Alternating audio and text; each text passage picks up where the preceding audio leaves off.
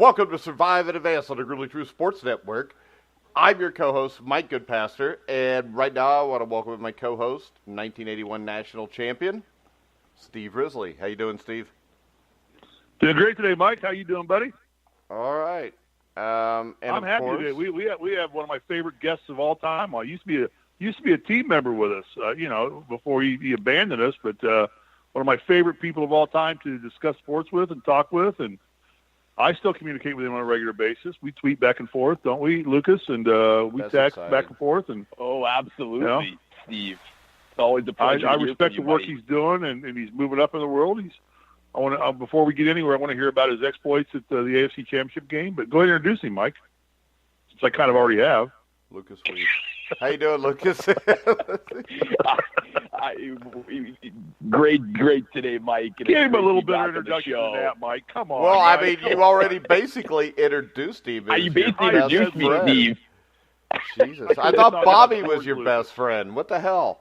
Yeah, I thought Bobby's your new best friend, Steve. Bobby's got to come up with some jokes. No, Bobby's got to learn to get funny real quick, or he's going to be in my doghouse. Why? You haven't He been got that funny in Butler over a picker. year. He got that Butler picker on, I saw. Yes, he did. Yeah, he so blew the did Butler Steve. pick, yeah. Steve picked Butler, too. He started off acting like he was picking Steve Villanova. Did not pick Butler. And then Bobby changed his mind. And once Steve said, all right, I'll go with Villanova. Villanova. Villanova will be contending for the Final Four. It's a shame. They may not get in, but they'll be contending. It's a shame that Steve has a short memory on picking against Villanova. And he called me a loser for picking Villanova to beat Michigan in the national championship game last year. So it's funny how things change. Small people relish small victories, Mike. Small people relish small victories, Mike. All right. We got our 2 weeks of the Super Bowl. Funny how when we had Mark on the other day, he and I were talking about Super Bowl championships and NCAA championships, and you were talking about being a coach in arena football.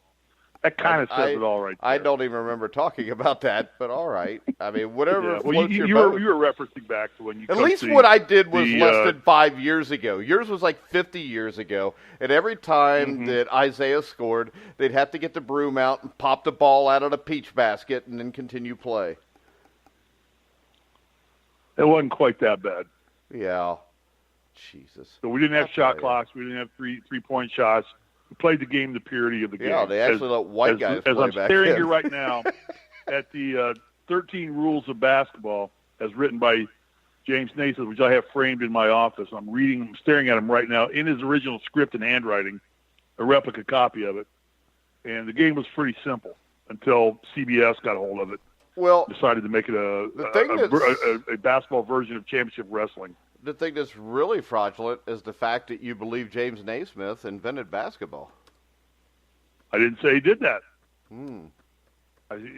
Those were his original rules, is all I said, Mike. See, you selectively hear what you want to hear time and time again. Because you think that he invented basketball. I never said that. I said I'm reading his original rules. Now, here's something interesting. Do you know that James Naismith was not an American? He's probably a Canadian. Yeah. Yeah. Yeah. Most great people are Canadians. Have you not figured that out yet? Look at Lucas. Sure they Most are. great people are. Wayne Gretzky's a Canadian. But wait a second. Where does he live now? Mike Myers is a Canadian. Myers is a Canadian. Michael Myers killed a lot of people in Halloween. I don't know why you would want to claim that. No, he was Austin Shrek, Powers. Mike. He played Shrek and Austin Powers. Michael Myers did? Mike Myers. Is that Myers? He got out on parole then after killing all those people in front of Jamie Lee Curtis? Mike, you're such an idiot. Wow, Mike. Wow, you're just such an idiot. A few points just listening from you. Well, Michael Myers is much more important than Mike Myers. Nobody cares about Mike Myers. Well, when you live in a trailer park in Lawrence, Indiana, you're probably more afraid of Michael Myers than we are happy to watch the comedy of Mike Myers. I guess if I lived there, too, I'd be afraid Michael Myers would be coming around with a hatchet and a machete. Michael Myers wouldn't come around my neighborhood because he'd get shot. And a machete wouldn't really help. I mean, he's going to have like 3 pit bulls, a couple of coon dogs, ravaging him while we just shoot him in the head to put him out of his freaking misery. Mike, formally introduce Lucas, please, so we can move on. Oh, we're like 10 minutes in. It's well past that. But We have give Lucas Steve's a plug where he's best working now, Canadian friend. Yeah, but I can't remember where it is. That's why I didn't really want to introduce him. But I think it's Rogers Sportsnet, right? You got it. Oh, there we go. Yeah, I couldn't remember what it was called, so I figured I would try to make it sound funny and not really introduce him. All right, so we are at our 2 weeks of the Super Bowl on Survive and Advance. Yesterday, who did we have on yesterday? We had Jack Squirix for Super Bowl 18. That's great. We had Jack an was NFL, a great guy. We had an NFL. I thought he was great too. His name's Jack, not Jeff, by the way. But also, we had an NFL Legends show with Ron McDole yesterday, which isn't even on the website yet, but will shortly. Today we're doing the top 10 Super Bowls of all time with myself, Lucas. But Mike, before we get there, can we give Lucas had the privilege of attending the AFC Championship game in Kansas City as representative for. You know what was awesome? Sports. I bet when Lucas did that, though, nobody in the middle of it interrupted what he was doing. But go ahead, Steve. I was going to plug some shows like the Indiana basketball show, and we were going to give him time. But you just want to go ahead and try to take over the show. Go ahead. Mike, you're so unpredictable. I don't know what you do all the time. I think Mike, Lucas. Ask Lucas a question. Didn't you think it was awesome that I was going to plug everything that we're doing over the next 2 weeks? Yeah. Thank you. But go I ahead. usually do that at the end of the. You usually say that crap for the end of the show, Mike. Exactly.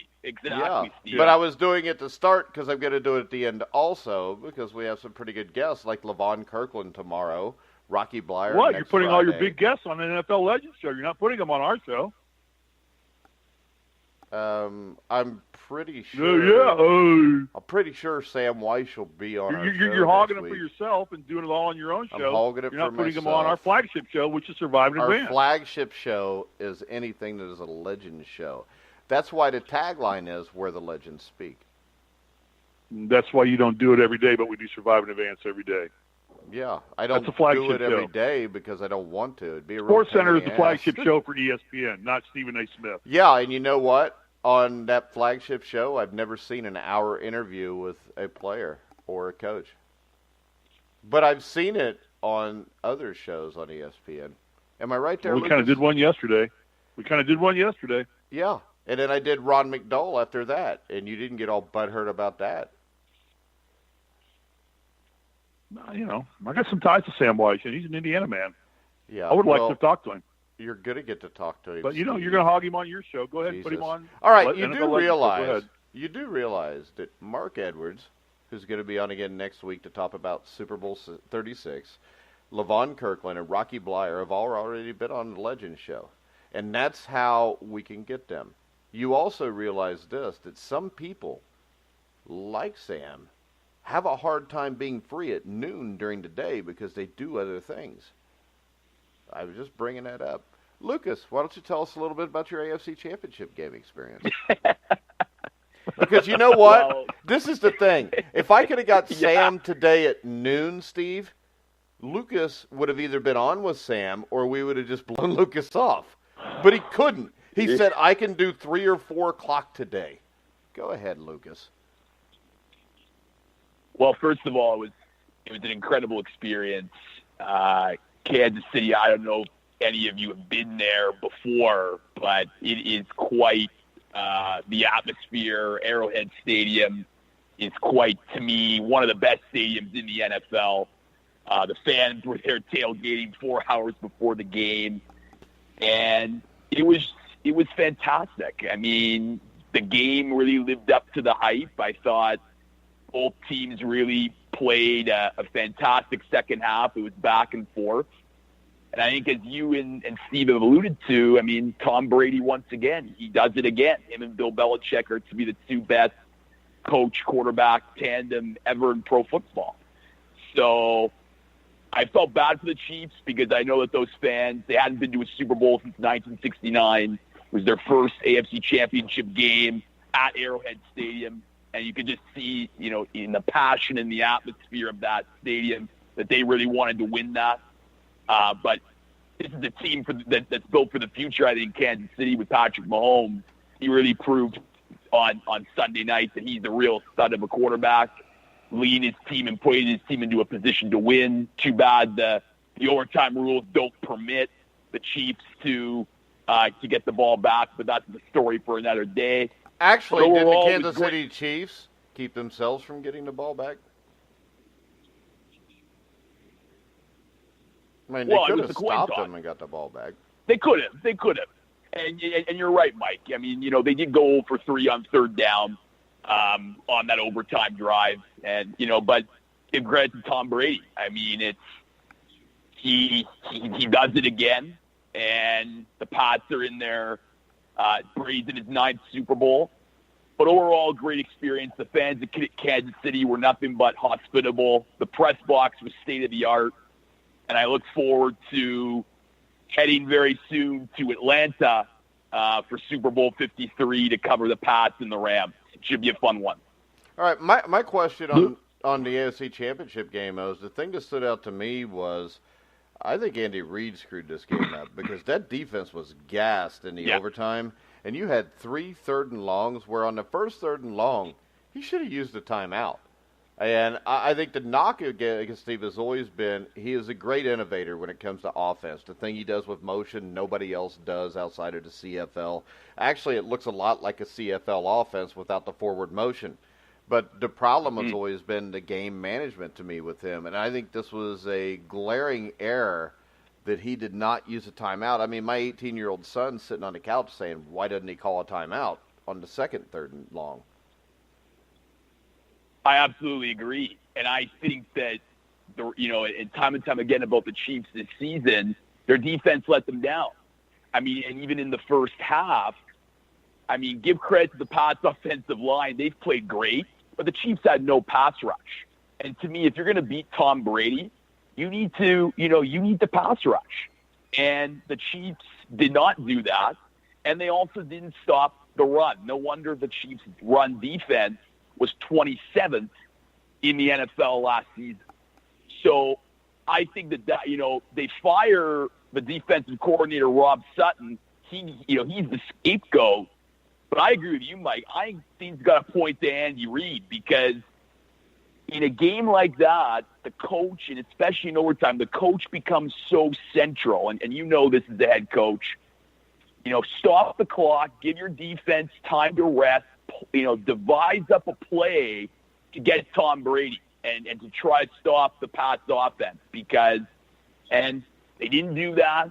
They're on the field, and it was an easy pass for Brady in the pocket, no sense of pressure, and sure enough, they get a touchdown to win the game. Steve? In defense of Andy Reid, I think that, like the other 30 NFL coaches besides him, nobody's going to outsmart Bill Belichick in strategy for a football game. About the only time you're going to beat the Patriots is if you can out-execute them, and that's generally going to happen when the Patriots start to beat themselves more than the Kansas City Chiefs are going to have the ability to beat the Patriots. I mean, that's just my opinion. I mean, I don't think Andy Reid's smart enough to figure out how to beat Bill Belichick when Bill Belichick is coaching at his best, which he did, which we all know he does in tournament play, playoff situations, and the Patriots executed flawlessly, and the game was while it was a fun game to watch, it was probably over when it started. You can always say there's going to be a pick there or there, but it's going to be an execution issue, not a coaching issue. I mean, Reid cannot outcoach Bill Belichick. It's as simple as that. All right. And I do think they made a scapegoat out of the defensive coordinator, and that kind of sucks. I agree. That pisses me off more. That happens. That makes to me mad. Every coach doesn't want to lose their job at some point. I know. I get it, but it sucks. It's because I don't think it was that guy's fault. I don't think there was anything he could have done any differently. Brady was executing. I do. I mean, because Brady's all right. Well, you're a coach, so Hold on. I defer to you on that. This is entirely. my point. When you get to the third and fourth quarter, the Patriots were running. Lucas, you were there. They were running basically the same plays over and over again and getting them open. And you never saw a change in coverage from Kansas City. So I think the guy deserves to lose his job. But I think it's questionable whether Andy Reid deserves to lose his job. Because my question is, he's had a ton of talent for a long time. He's only made it to one Super Bowl. He's below 500 in the playoffs. hang on. What was the Chiefs' record, regular season record? 13-3. Yeah. So. Yes. They were 1-1. The defensive coordinator loses his job for going 13-3. They were a horrible defense all year long. The defensive stats were 13-3 in the basement of the league. No, they were 13-3 because they averaged more points a game than everybody else. I think they scored in the mid-30s. Oh, all right. I mean, yes. They were a much better defense at home. But the one thing I will say is this: they didn't get a pass rush because New England's offensive line is probably the best in the NFL. And when I look at the Super Bowl, the Rams, to me, have the defense to beat them. They can get get pressure up the middle. So the key to this entire game, I think, is going to be the interior of the offensive line for the Patriots against Sue and Donald. If they can have success against Sue and Donald, they'll win the game. If Sue and Donald dominate them, it doesn't matter what Bill Belichick does. The Rams will win the game. How long has Edelman been with the Patriots? Has he been there a long time? Was he another after a Wes Welker kind of guy? He was the guy that was after Wes Welker. They kind of morph into one person, so they've been there 20 years. Yeah. Yeah, I know. That's what I'm saying. And the thing that's impressive is this: Wes Welker's, Edelman. Yeah. They keep finding these guys. They're not brand name players, and these guys perform out there yin-yang. I mean, Edelman is like the MVP right now. Yeah, and Edelman is a guy that was a college quarterback. Belichick found Was he really? Yeah, he was an option quarterback, I think, wasn't he, Lucas, at Kent State or something? He was, and of course, if you guys recall that game, New England Patriots, Baltimore Ravens, AFC divisional game, Edelman threw a pass that got the Patriots going. Yeah, and he's thrown a few. So he was a quarterback. He has a good arm. Yeah. He was a triple option quarterback, I believe, but it's still a quarterback nonetheless. Okay. Well, that makes sense. And his position got switched. And if you go back to it, go ahead. No, I was going to say, Belichick just finds these smart guys to pair up with Brady. I mean, Wes Welker was a fairly smart guy. Edelman's a smart guy. I mean, they're just intelligent football players, not necessarily the Odell Beckhams of the world or the Antonio Browns of the world, but they're just smart football players to get themselves in position, and Brady has the innate ability to deliver the ball, and Belichick has the ability to call the plays. He's got an offensive line, and I watched Brady step up into the pocket. Brady works the pocket as well as any quarterback I've ever seen. I mean, he steps up and back and forward and around. He stays in that pocket, and they keep that pocket open for him, but he knows how to move around in that pocket and find the holes to keep himself from getting attacked when he stays in his pocket. He does it better than anybody I've ever seen. Well, and then there's Edelman finding the hole. With Belichick, I mean, Lucas, you remember Deion Branch and what he did with Deion Branch. Hell, I think Branch played both ways at one point for him. And you look at great coaches, they have an innate ability to do that. If you look at Paul Brown back in the early 70s drafted Ken Riley and Lamar Parrish. Both were college quarterbacks. He brought them in, made them cornerbacks, and you had what was one of the best pair of quarterbacks in NFL history. I mean, the two of them combined had over 100 interceptions, and neither one's in the Hall of Fame. I think Parrish picked off 40 passes. Ken Riley intercepted 65, and these were two guys that had never played DB until they got to the NFL with Paul Brown. And I think you see the same thing with Belichick. Guys like George Allen were able to switch people's positions, and they turned into great players. They have an innate sense of what somebody can do, where a guy like Andy Reid, who's a hell of a football coach, I don't think that. I think Andy Reid's mindset is my X's can beat your O's. And that's all it takes. He stays in his box. Yeah. He stays in his box. Yeah. It's like we talked last year. Doug Peterson beat New England because he strayed out of the box. And I think Doug Peterson is a hell of a football coach because he strays out of the box. I mean, let's face it, at Week 12, nobody in their wildest dreams would have thought Doug Peterson would have had the Philadelphia Eagles one play away from the NFC Championship game. But he did because he thinks outside of the box. And it's hard to find a guy like that. And I think that's why you see teams going to the younger coaches, because the guys in their 30s, early 40s seem to be not as ingrained in their ways and are more willing to take chances. And I think Sean McVay's a ballsy coach, too. You know, he just turned 33 today, and I think he's someone who he is, you're right, outside the box. And but 4th and goal at the 1, he kicked the field goal. True, though. If he does that to the Patriots, he loses the game. Yeah, I agree. I was scratching my head at that one, Mike. Thank you. Because Risley, Mark Edwards, and Anthony Servino all thought that I was crazy for saying he should have went for the touchdown there. So see, Steve, your best you picked Clemson over Alabama, and they all picked Alabama. So you know. And I picked Clemson. Lucas, I believe, picked Clemson also, didn't you? I did pick Clemson. All right. So let's go ahead. Let's get to the show, Steve. Well, wait. Now I got a couple questions. Okay. Lucas, Arrowhead, isn't that one of the older stadiums in the NFL? It is.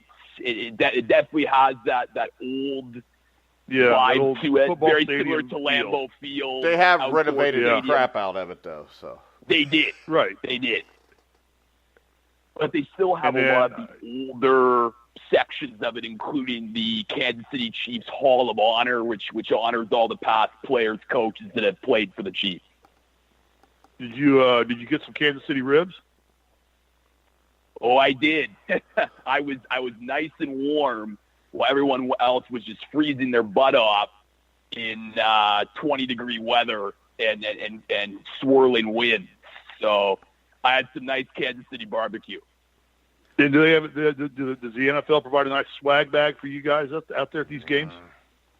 Not for. I believe for the Super Bowl, not necessarily conference championship. I mean, it really is like the Kansas City Chiefs, more or less, compared to just the National Football League. But I did receive an email today, though, Steve, that I am getting a lot of nice swag for Super Bowl 53. So it's going to be quite the party. You need to go to the College Football Championship and the NCAA tournament. They give away a lot of nice stuff because they're trying to buy off the media to ignore all the shady shit that goes on there. Yeah. Well, swag packages are the nice part of the deal. Yeah, that's a nice part of the deal. The swag package the media gets. Steve could get some of this, but he's too damn lazy to get up off his ass and go to any sporting events. Mike, if I wanted to go to the regionals in Los Angeles, Anaheim is about 25 miles from my house. I know. It's going to take me 3 hours, 4 hours to get there. All right. I'm not, but, hey, let's go ahead. Let's go ahead. Speaking of the NCAA tournament, I'll be in Minneapolis for the Final Four. I just got word today, so it's going to be fun. It'll be freezing cold again, but I can't wait to go to the first four in Dayton and watch the Indiana Hoosiers play St. Bonaventure or something. in the first round of the NIT? No, I don't go to NIT. It's not legitimate. It's like exhibition. No. It's like bowl games in college football. All right, let's talk top 10 Super Bowls in the NFL history. And, Steve, we'll let you start off at number 10. Number 10, I got Super Bowl 25, Giants over the Bills, 20-19. Ooh, I got that way higher. Yeah. Yeah. It was Bills' first of 4 straight Super Bowl appearances. That was probably their best chance to win. Sims was out. Hostetler came in and had to coach the team. I think the Bills had actually beat them in the regular season, hadn't they? Yes, that is the game Phil Sims got hurt in, too. It was at he got hurt in that game, yeah. Yeah. But they were able to keep the Bills off the field. I think what I'm reading here, in the stuff I researched on it, 40 minutes. So the Bills really on the field about 20 minutes with their high-powered offense led by Jim Kelly and Thurman Thomas. And, it was a great comeback win. All right. Or a great upset win there. I would bring the Bills were the dominant team back then. I had that at number 10. I'm not going to talk about it now because I have it much higher. Lucas. I got Super Bowl 13. Steelers and Cowboys. Classic rivalry. Both the Steelers and the Cowboys. You had Roger Staubach and Terry Bradshaw going toe-to-toe. They actually combined for 7 touchdown passes in this game. It was a doozy. The Steelers, the terrible towels, they were flying after that one. 35-31 Steelers over the Cowboys. And I think of all like the Super Bowls that those two teams played in, that definitely is up there for me. But I got that number 10. It was a great game, great rivalry. That's my number 10, Super Bowl 13. My only problem with that game is it was 35-17 with 5 minutes left. I mean, it was a great first half. The Steelers dominated. Then the Cowboys got a touchdown or a couple touchdowns late. But it was 35-31, but they needed an onside kick with like 15 seconds left. I still think up to that point it was by far the greatest game. And my number 10, I actually have Super Bowl 14, which I think was a much better game. Bradshaw wins the Super Bowl MVP, threw 3 interceptions and won the Super Bowl MVP. But as Bradshaw was apt to do, he'd throw a couple picks. But in the fourth quarter, he hits a couple deep touchdowns to John Stallworth. But this was a game that stood out to me because the Rams were a team that year that was 9-7. I think they were the first wild card team to ever make it to the Super Bowl. But they went to Dallas, or let's see, who did they play in the wild card game? I don't even remember. But they went to Dallas in 1979, and they beat Dallas, which was a huge upset. It ended up being Roger Staubach's last game. Then they go to Tampa Bay to play the Tampa Bay Buccaneers, who were actually the higher seed that year, and they dominated Tampa Bay, beat them 9-0 with their defense. They go to Super Bowl 14. I think they were double-digit underdogs, and this is a game that going into the fourth quarter, it looked like it could be one of the greatest upsets in NFL history. The Rams were up 19-17. You had Jack Youngblood playing on a broken leg. And then finally, Bradshaw throws the first long touchdown, makes it 24-19. And then if I remember right, there's like 4 minutes left. Vince Ferragamo is leading the Rams down the field. Jack Lambert picks off a pass. Ferragamo hits another long one. The game's over. Or Bradshaw hits another long one. The game's over at 31-19. But if you guys do not remember this game that well, anybody out there, go on YouTube, go to the NFL channel. You get the complete game. But it was a great football game. The Rams had a great defense. The sad thing for the Rams is it may have been the weakest of their teams during the 70s, and it's the one that got to the Super Bowl. Vince Ferragamo, Lucas, ended up going to the CFL in 1980 for the Montreal Alouettes. It was completely horrible and had to come back to the NFL. Number 9, Lucas. I got Super Bowl 36. Patriots, Rams. Of course, heading into the game, the Rams were the heavy favorite with the greatest show on turf, Kurt Warner, Marshall Faulk, Isaac Bruce, Torrey Holt. And no one really gave the Patriots a chance with a young, not really well-known quarterback at the time named Tom Brady. Well, what happened would change the course of NFL history and give birth to the New England Patriots dynasty. The Pats, of course, it's a tie game late. Instead of going into overtime, Bill Belichick decides to be aggressive. Let's go down the field and kick a game-winning field goal. Tom Brady does that. And, of course, Adam Vinatieri makes the game-winning field goal when he was very consistent at making those, unlike with the Colts recently. So I got Super Bowl 36. It was a great game, great upset, and the birth of the Pats dynasty. I got it slightly higher. Steve, number 9. Number 9, I had Super Bowl 13. Steelers over the Cowboys. Okay. That was succinct. Well, I mean, you don't want to repeat everything we already talked about, do you? Well, you can come up with something. Jackie Smith's drop pass. I still think, to me, the 35-17 is what hurts it because, I mean, the game was pretty much decided and it was 6 or 7 minutes to go. The Cowboys made a great comeback, though, and Roger Staubach was captain comeback. My number 9 is last year. I think it was a great football game. The only reason I put it this low is I think the defense was sorely lacking on both sides. And in the end, it'll just show you if you want to beat Tom Brady when he's got the ball in the last minute, well, hit him when he's not looking and hope he fumbles the ball. And the Eagles, though, Doug Peterson, I think, coached one of the best football games I've ever seen anybody coach. I mean, he took chances the entire game, and in the end, he got it done. My number 8. This is one that Lucas will like. You know where I'm going, aren't you, Lucas? Super Bowl 38. That's okay. I'll just tell you right now, that's my number 8. That's my number 8 too, Mike. So just go ahead and speak for both of us. All right. This was a great football game, though. Brutal for Panther fans. Jake Delhomme. I mean, Jake Delhomme and Steve Smith absolutely were dominant in that game. Only to have, and the play that stands out to me, which a lot of people forget about, is the thing that lost them the game was John Casey's kickoff.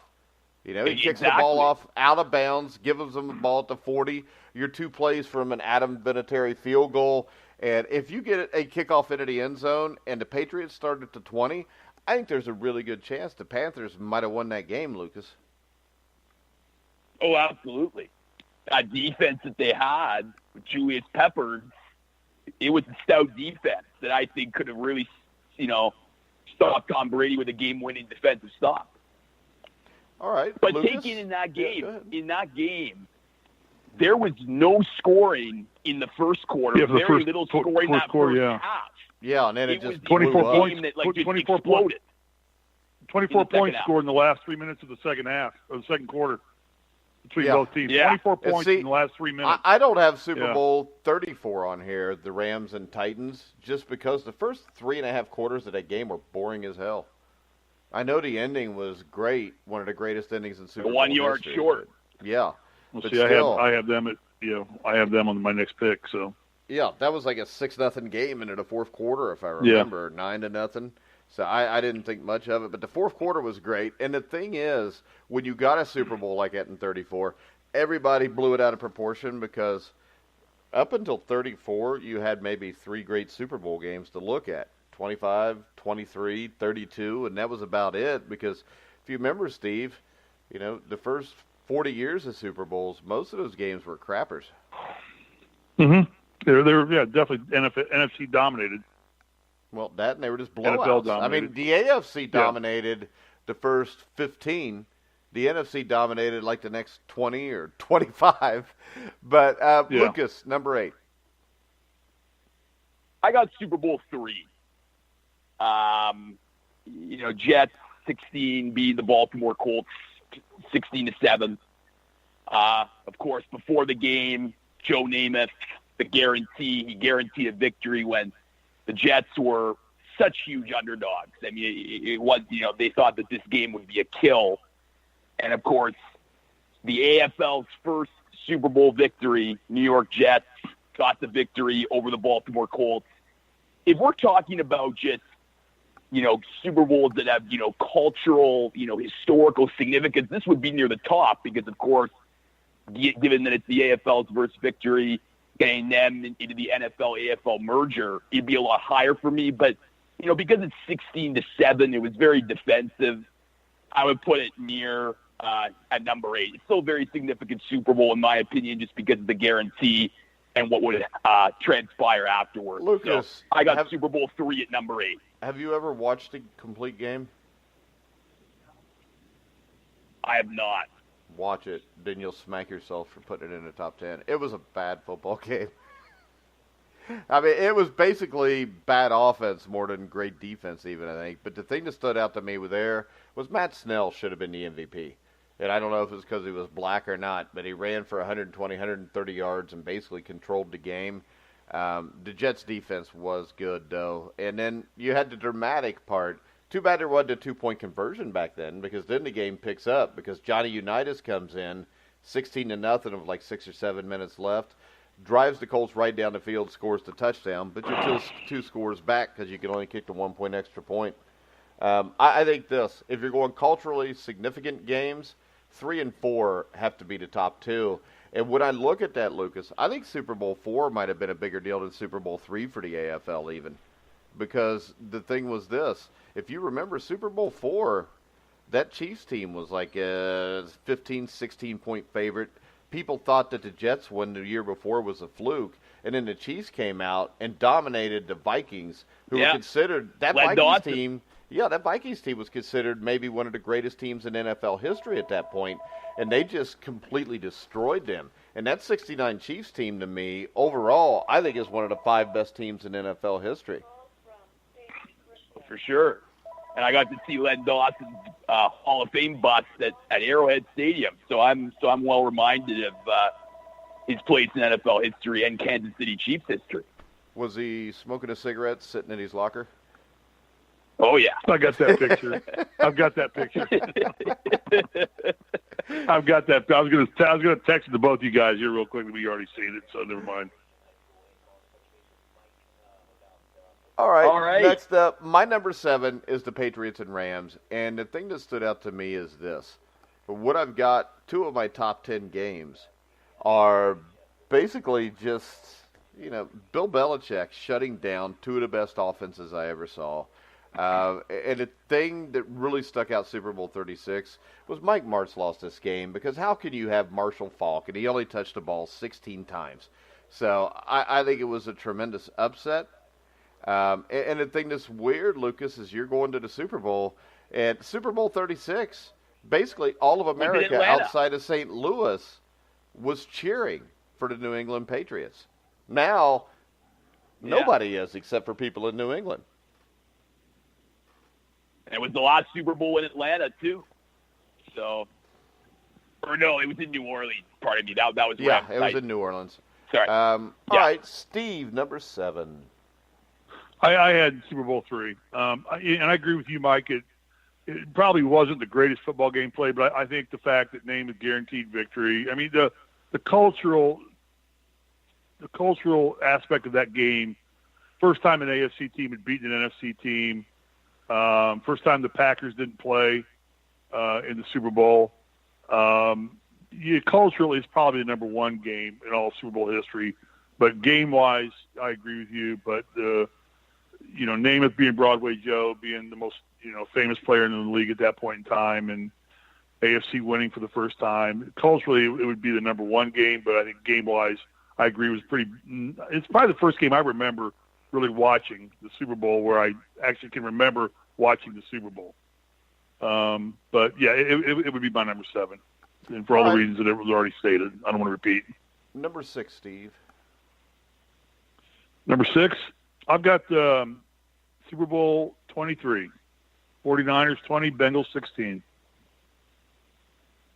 Okay, I guess that's 3-3 at halftime. Bengals got the lead, 16-13 on Breach's field goal. But Montana saved the 49ers in perhaps the greatest individual moment of career. That game was, All right, I don't like to talk about that game. Lucas, what's your number 6? Actually, I've got it top 10, Mike. Come on. I've got it slightly. I got it slightly higher. I'll talk about it. I don't have the Colts in the top 10. That's because there was no Colts Super Bowl worthy crap. Go ahead, Lucas. Number 6. Well, you actually forgot my number 7, Mike. So I'll just quickly say it. It was Super Bowl 52. Eagles Patriots. It was quite the game, as you had mentioned. Of course, 2 great offenses. It set so many records for NFL offense. In a Super Bowl, Tom Brady throws for over 500 yards and still loses the game. And I agree with you completely with Doug Pearson taking the chances no better than that Philly special that occurred towards the end of the first half. And then it all culminated with that strip fumble by Graham to give the Eagles their first Super Bowl in franchise history. So I got that at number 7. And then actually I got the same as Steve at number 6, Super Bowl 23, 49ers Bengals. Another fun fact about that is on the game-winning drive by Joe Montana, he points to John Candy in the crowd. Here comes, Canadians always bring this up, by the way. Yeah, and the rest is history with Jerry Rice. That's right, he did do that, didn't he? And 11 catches against the Dick LeBeau defense. That's my number 6. Sorry, Mike. All right, I got it a little bit higher, but my number 6. It was John Candy, another great Canadian, Lucas. Oh yeah. Okay. Planes, Trains, and Automobiles. Great movie. Greatest movie, greatest Thanksgiving movie ever made. I hated that movie. It was sucked. What? It was boring as hell. How could you hate Planes, Trains, and Automobiles? Seriously? It wasn't any good. But my number 6 is He was Super also in Bowl. Home Alone. He was also in Home Alone, John Candy, too. Yeah, he was. He was from Kenosha, the something Kings of Kenosha. But what were they? I get what was that? Will come to me. Never mind. Move on. All right, anyway, my number go 6 ahead, Mike. is Super Bowl 43, Pittsburgh, Arizona. I think James Harrison's wild interception may be the greatest single play in Super Bowl history. And then you had Larry Fitzgerald with the 80-yard touchdown, and then Santonio Holmes with he got 1 foot down, and they gave it to him because it's Pittsburgh and the NFL's rigged. Lucas, number 5. I got Super Bowl 25, Giants-Bills. This was a great game. It went back and forth, but it really came down to Scott Norwood's kick, wide right, pushed it wide right, and this was it would have been his longest grass kick of his career at 47 yards, but he pushed it wide right. And once again, the Bills live in Super Bowl infamy with that, and the Giants with another great Super Bowl win. So I got that Super Bowl 25 at my number 5 spot. My number 5 is Super Bowl 42, the Giants 17-14 win. I think it was a great performance, especially by the New York Giants defensive front.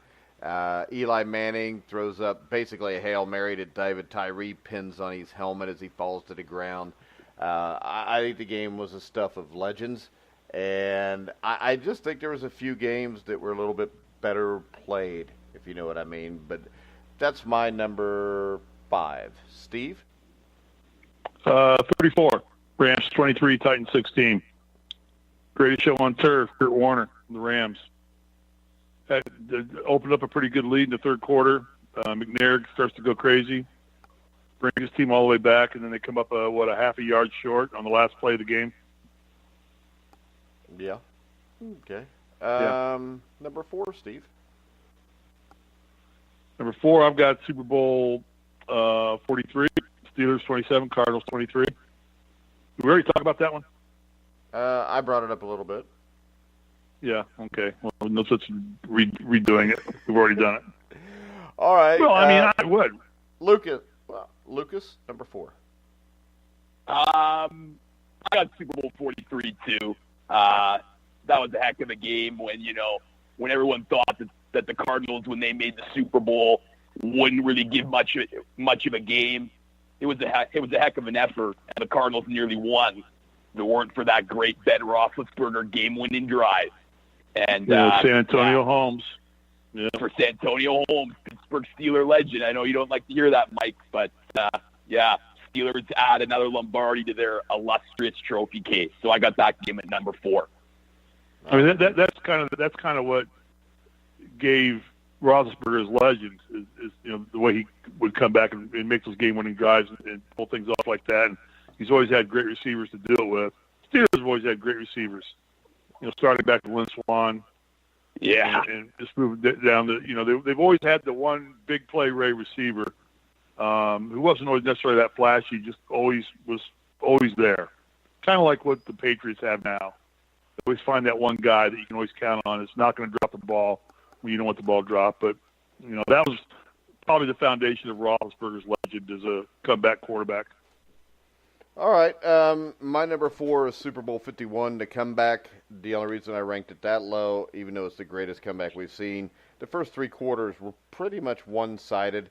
But that comeback and the way the Atlanta Falcons coaching staff screwed the pooch on that game, I mean, who up a couple touchdowns with 9 minutes left, to snapping the ball with 20 seconds left on the play clock. So that's my number 4. Lucas, did you give us a 4 yet? Yeah, I did. It was Super Bowl 43. All right. So, Steve, number 3. Super Bowl 49. Patriots 20, Seahawks 24. The idiot call to throw the ball on the 2-yard line and the pick.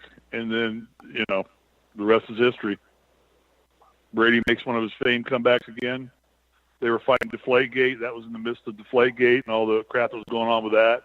Yet that team stays focused as they do, and come back and make another great Patriots comeback and win the game on, then the pick in the end zone, which was, retrospectively, it's a routine play. The slant's a routine play the NFL uses as a running play, basically.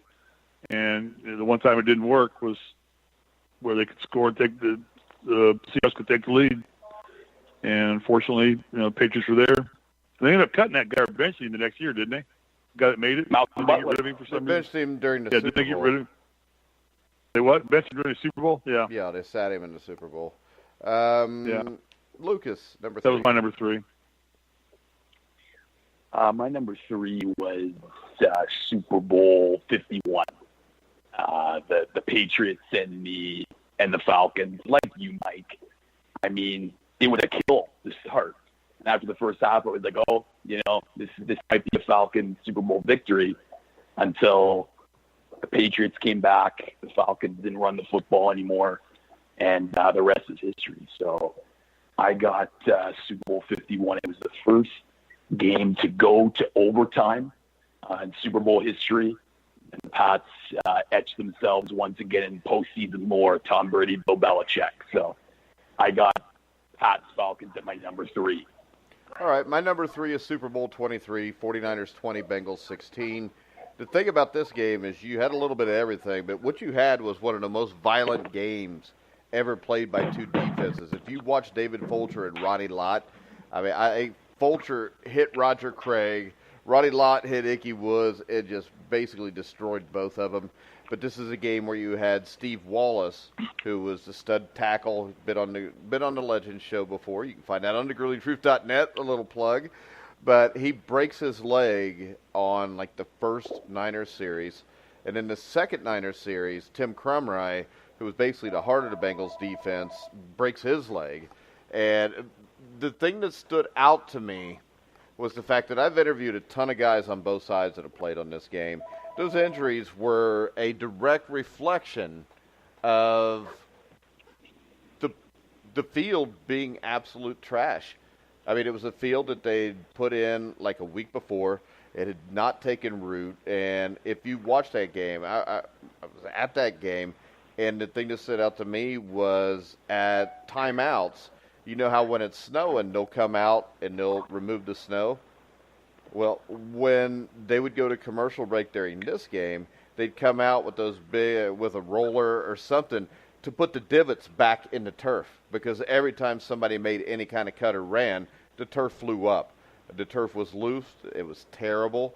The other thing that stood out to me was you had a 3-3 halftime score, and then at 6-6, I think it was the very end of the third quarter, you had Stanford Jennings returns the kickoff 92 yards to take the lead 13-6. He had his daughter was born the night before, and I remember interviewing him about that, and it's still something that stands out to him and every Bengals fan. And then, of course, Lewis Billups drops the interception in the end zone with a 13-6 lead. Montana comes back on the very next play. I think it's Rice for a touchdown to make it 13-all. The Bengals drive down the field, and on a 3rd and 8 at the 23, decided to run the ball and settle for the field goal. Gives the ball back to Montana with 3 minutes left, 16-13 Bengals. And I remember thinking, we're screwed. But they get the ball, and like the second or third play in there, Randy Cross, who's also been on the show, and you can find that on thegrizzlytruth.net, actually jumps off or false starts and makes it like 2nd and 20, and Bengal fans had a little bit of hope, but it was just a little bit as Montana goes straight down the field, and I think probably the greatest single drive I've ever seen. And it was a drive that was caused because Dick LeBeau, for some reason, decided to go with extra DBs and to play a prevent defense. And he took Reggie Williams, who is one of the great linebackers in NFL history to me, and probably the best Bengals linebacker of all time, took him completely off the field. And he was a veteran leader. So you're missing Crumry and Williams on that drive.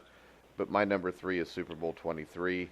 Lucas, number Mike, 2. I have a question for you. Were either one of those teams considered great defensive teams? I mean, I take it that both the Bengals and the 49ers were more probably known for their offense than their defense.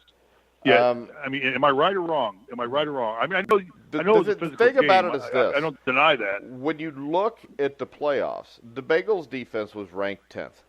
I think the Niners were right around there too. But in the playoffs, if I remember right, the Niners beat the Vikings, I think, in the divisional playoff and held the Vikings to 9 points. They go to Chicago, beat the Bears, hold them to 3 points. And the Bengals on the other side holds Seattle, which had, Dave Craig, Kurt Warner, who you can find on thegrillingtruth.net in an interview, and Steve Largent, they had a great offense. The week before, they'd scored 38 points to beat the Raiders to win the division. The Bengals held them to 10, and then the Bengals held the Bills, who were the second highest scoring offense behind the Bengals, to 10 points. So you're looking at a game where both teams were known for their offense, but the big problem for the Bengals is that Boomer Esiason got injured about two-thirds of the way through that season.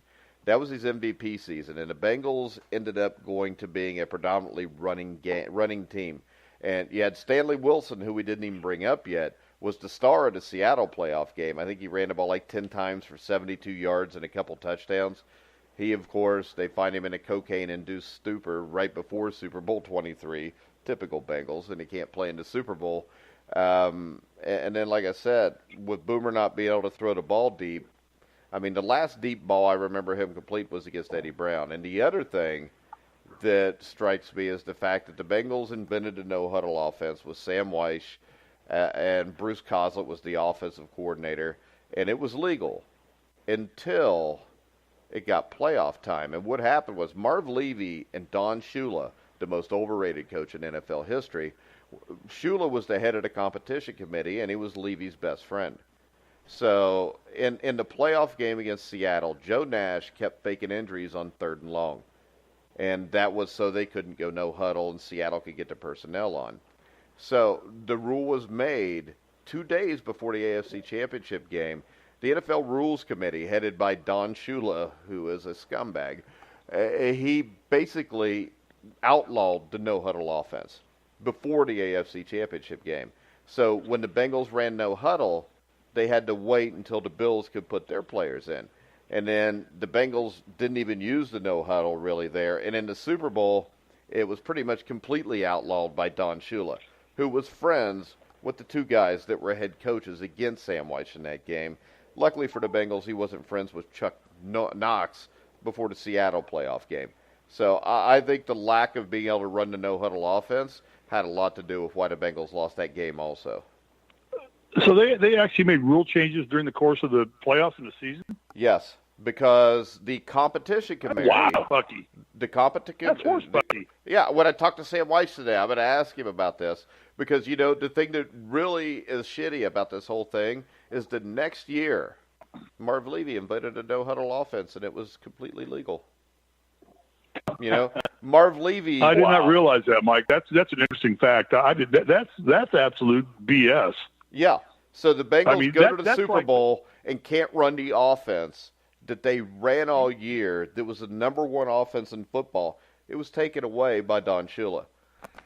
I mean, the modern day equivalent of that right now is last week is if all of a sudden Roger Goodell comes and says, well, we can now review pass interference calls. It's exactly what it would That's what that would be like. Yeah. That's exactly what that would be like. Well, no way. I'm going to make here's fourth quarter. Game's on the line. I'm going to change the rule right now that you can now review pass interference calls. Yeah. Yeah. That's horse Bucky. Yeah. I did not know that, Mike. Now I feel bad for the Bengals. It's something that nobody remembers because, as we remember... I wish I could talk to Sam White about that, but I won't be on the interview. This is the thing. It's on the You didn't even know about it till right now, so you're going to have to listen to find out. You're right, I didn't. All right, so 30 years ago, basically, that's what happened. And the thing is this, history is always written by the victors. You don't hear the story because it's not in the NFL's best interest to hear about it. The other interesting thing about the 1988 Bengals is they were innovative with the sugar huddle, the no huddle, but also that was basically the first defensive team to run the zone blitz. Dick LeBeau was the defensive coordinator. So you had a lot of firsts, and they may not have won the Super Bowl, but I think in the end, the impact that what the Bengals did in 1988 lasts longer than anything that the team that beat them had. Wow. So, all right. That's a interesting little Bengals history lesson for today. Steve, did you guys give your number 3 yet? Yeah, we all gave it number 3. Okay. Yes. Steve, number 2. We're on to number 2. Super Bowl 42, Giants 17, Patriots 14, probably the coming out party for Eli Manning. The gritty 12-play, 83-yard drive where, and then obviously the big play to what was the guy's name, the receiver's name? David Tyree. David Tyree, yeah, where he steps up in the pocket, damn near gets tackled. Tyree catches it, one hand behind his head, makes that incredible catch. Probably one of the greatest plays in Super Bowl history. But and I think at that point the Giants, the Patriots were undefeated, weren't they? They were going to finish up. Yeah. They were going to take Shula out of his glory, and they were going to finish the season undefeated. So, that could be number one, but it definitely is one of the two best Super Bowl games ever played for all the reasons. The great play, the fact that the Patriots were undefeated going to that game, and the Giants found a way to beat Belichick and Brady, and that doesn't happen very often. And Manning that's the one few times Manning's really stepped up his game and really took charge of a football game, and flat out just won that game for the Giants. All right, Lucas, number 2. That's my number 2 as well, and Steve eloquently put it.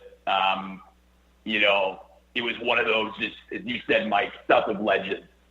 And given how heavy a favorite the Pats were for the Giants to pull off that upset with just a ferocious defense, that's the formula to beat Tom Brady.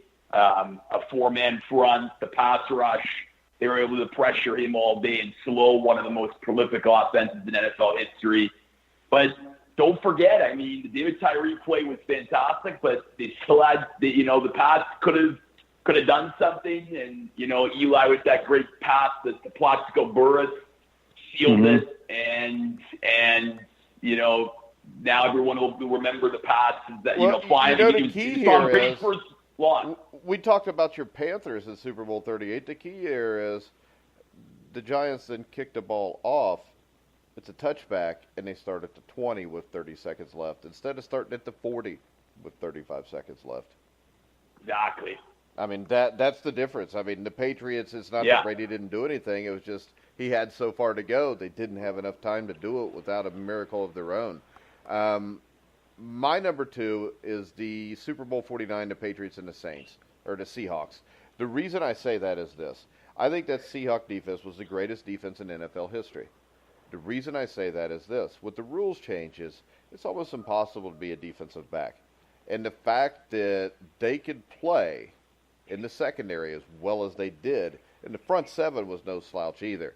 And the thing that makes it great to me, this is the game to me that I first thought Brady's better than Montana.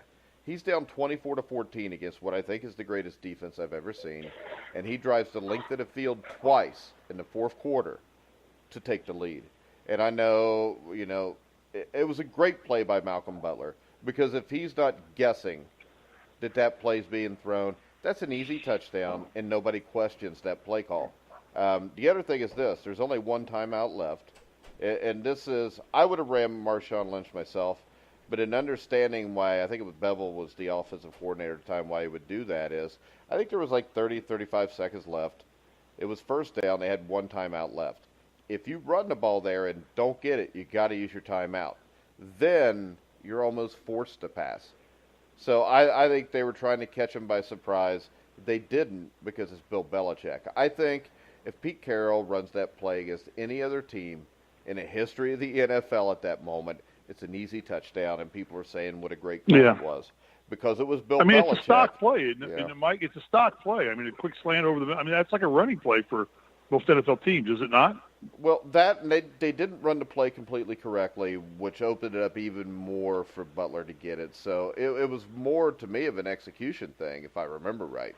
But that's enough of that. What's number 1, Lucas? Super Bowl 49, Pats Seahawks. That's a horrible call. For me, well, I had it at number 2. It's a joke. Yeah. Well, look, you said it right, Mike, but let's talk about that drive by Russell Wilson, where he throws that unbelievable pass and an unbelievable catch to Jermaine Kearse. That almost felt like David Tyree-esque all over again. And, like Bill Belichick's probably sitting on the sideline saying, gee, not again in this stadium. So it was an unbelievable game. Both teams had, superstar talent on both sides of the ball. Another thing, too, is, heading into that game, the pass, a lot of controversy with Deflategate and whatnot, and they were able to just slam that and play unbelievable football. And Malcolm Butler's play, in my opinion, is the greatest defensive play in Super Bowl history. I mean, obviously, if you're Russell Wilson, you got to run, and the Seahawks offense, you should run it with Marshawn.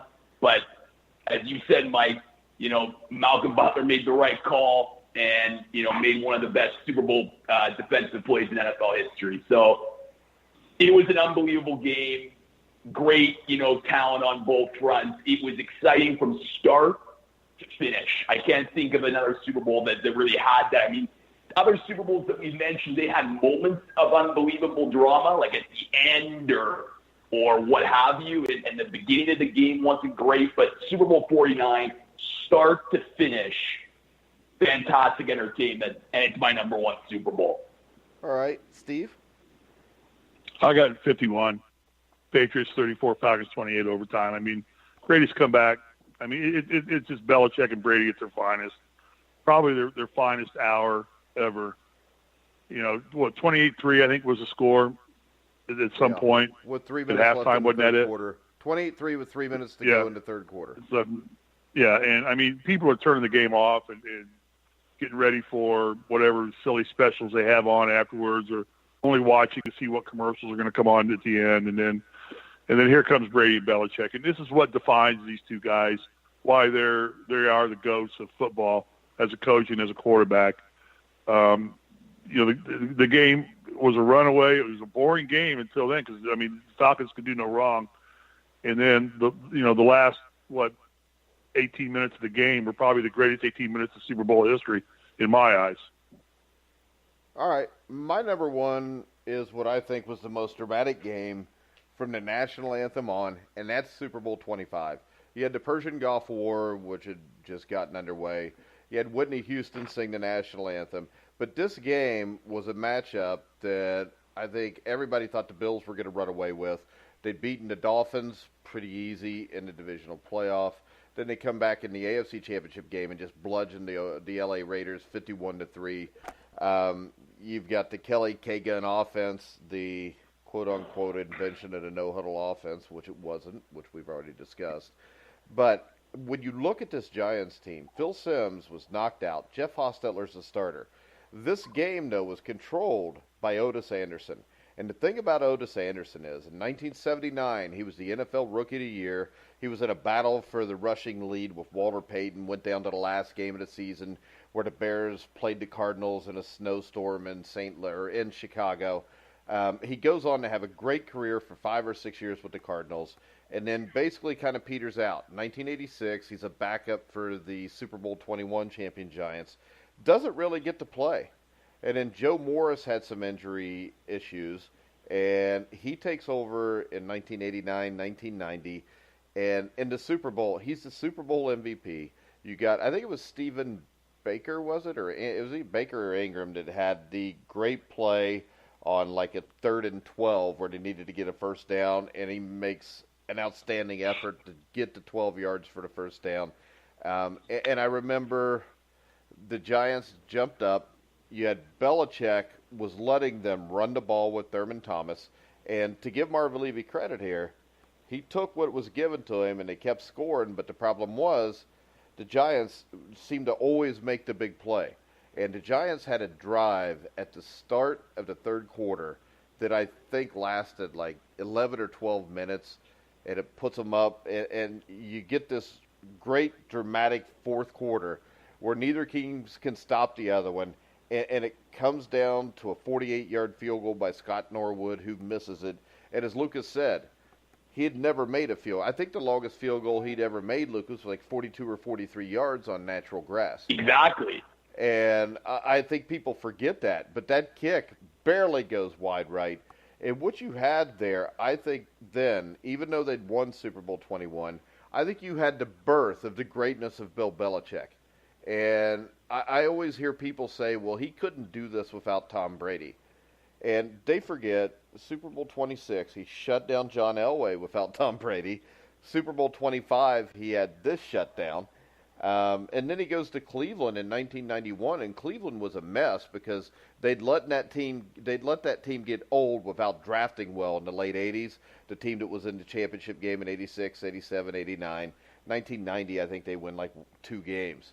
He comes in, and by 1994 has them in the playoffs. They win a game, and in 1995, I think people forget, they were one of the favorites to go to the Super Bowl. They were sitting tied for first place when Art Modell announced the team was moving. That's the only reason Belichick was gone from that team. And Belichick had an assistant coach by the name of Nick Saban, who was a defensive coordinator. And really, Bill Belichick had a lot to do with the Ravens team that would eventually win it all. Because like 33 to 40% of that team was drafted, of course, by Ozzie Newsome, who was the GM. But we all know Bill Belichick had a hand in that. So Super Bowl 25 to me, the thing that stands out the most is there were no turnovers in the game. I mean, the game was executed. The number of penalties was minute. There was no turnovers. And this was just basically 2 football teams doing exactly what they were supposed to do as well as they could do it. And it all came down to one kick that was missed by about 2 feet. To me, I don't think football gets better than that because I think you had one of the greatest offenses of all time against maybe the greatest defensive coach of all time. And you had the story of 2 guys that were considered done with their career. I mean, Hostetler was considered done. Otis Anderson was considered done. And LT wasn't LT anymore. I mean, he was towards the end of his career. He was still a hell of a player, but nowhere what he used to be. So my number 1 is Super Bowl 25. Great. Yeah, good choice. Great descriptor. All right, so Lucas, who do you like in this Super Bowl before we wrap you up? I pay you a compliment. Thank you, Steve. Thank you, Steve. Thank you. That was great. I love you, Steve. What was your question, Mike? Who do you like in this Super Bowl, Lucas? I'm going Rams. Okay. Look, I mean, I wouldn't be surprised if Belichick and the Pats do it again. And, the way the offensive line is playing right now, it looks fantastic. But Wade Phillips is the defensive coordinator of the Rams. And he has developed plans in the past when he was the Broncos defensive coordinator that could stop Tom Brady. No, he didn't. Wait a second, Lucas. Wait a second. He didn't develop a plan. What he had is he had Von Miller in them, and the New England Patriots had a horrible offensive line that year. This offensive line is much better than that. But I think he's going to have to. But they still have Aaron Donald. They still have Dominic Sue now. And I think you're right, Mike. The game comes down to, can the Pats front interior stop those 2 guys? If they can, the Pats win.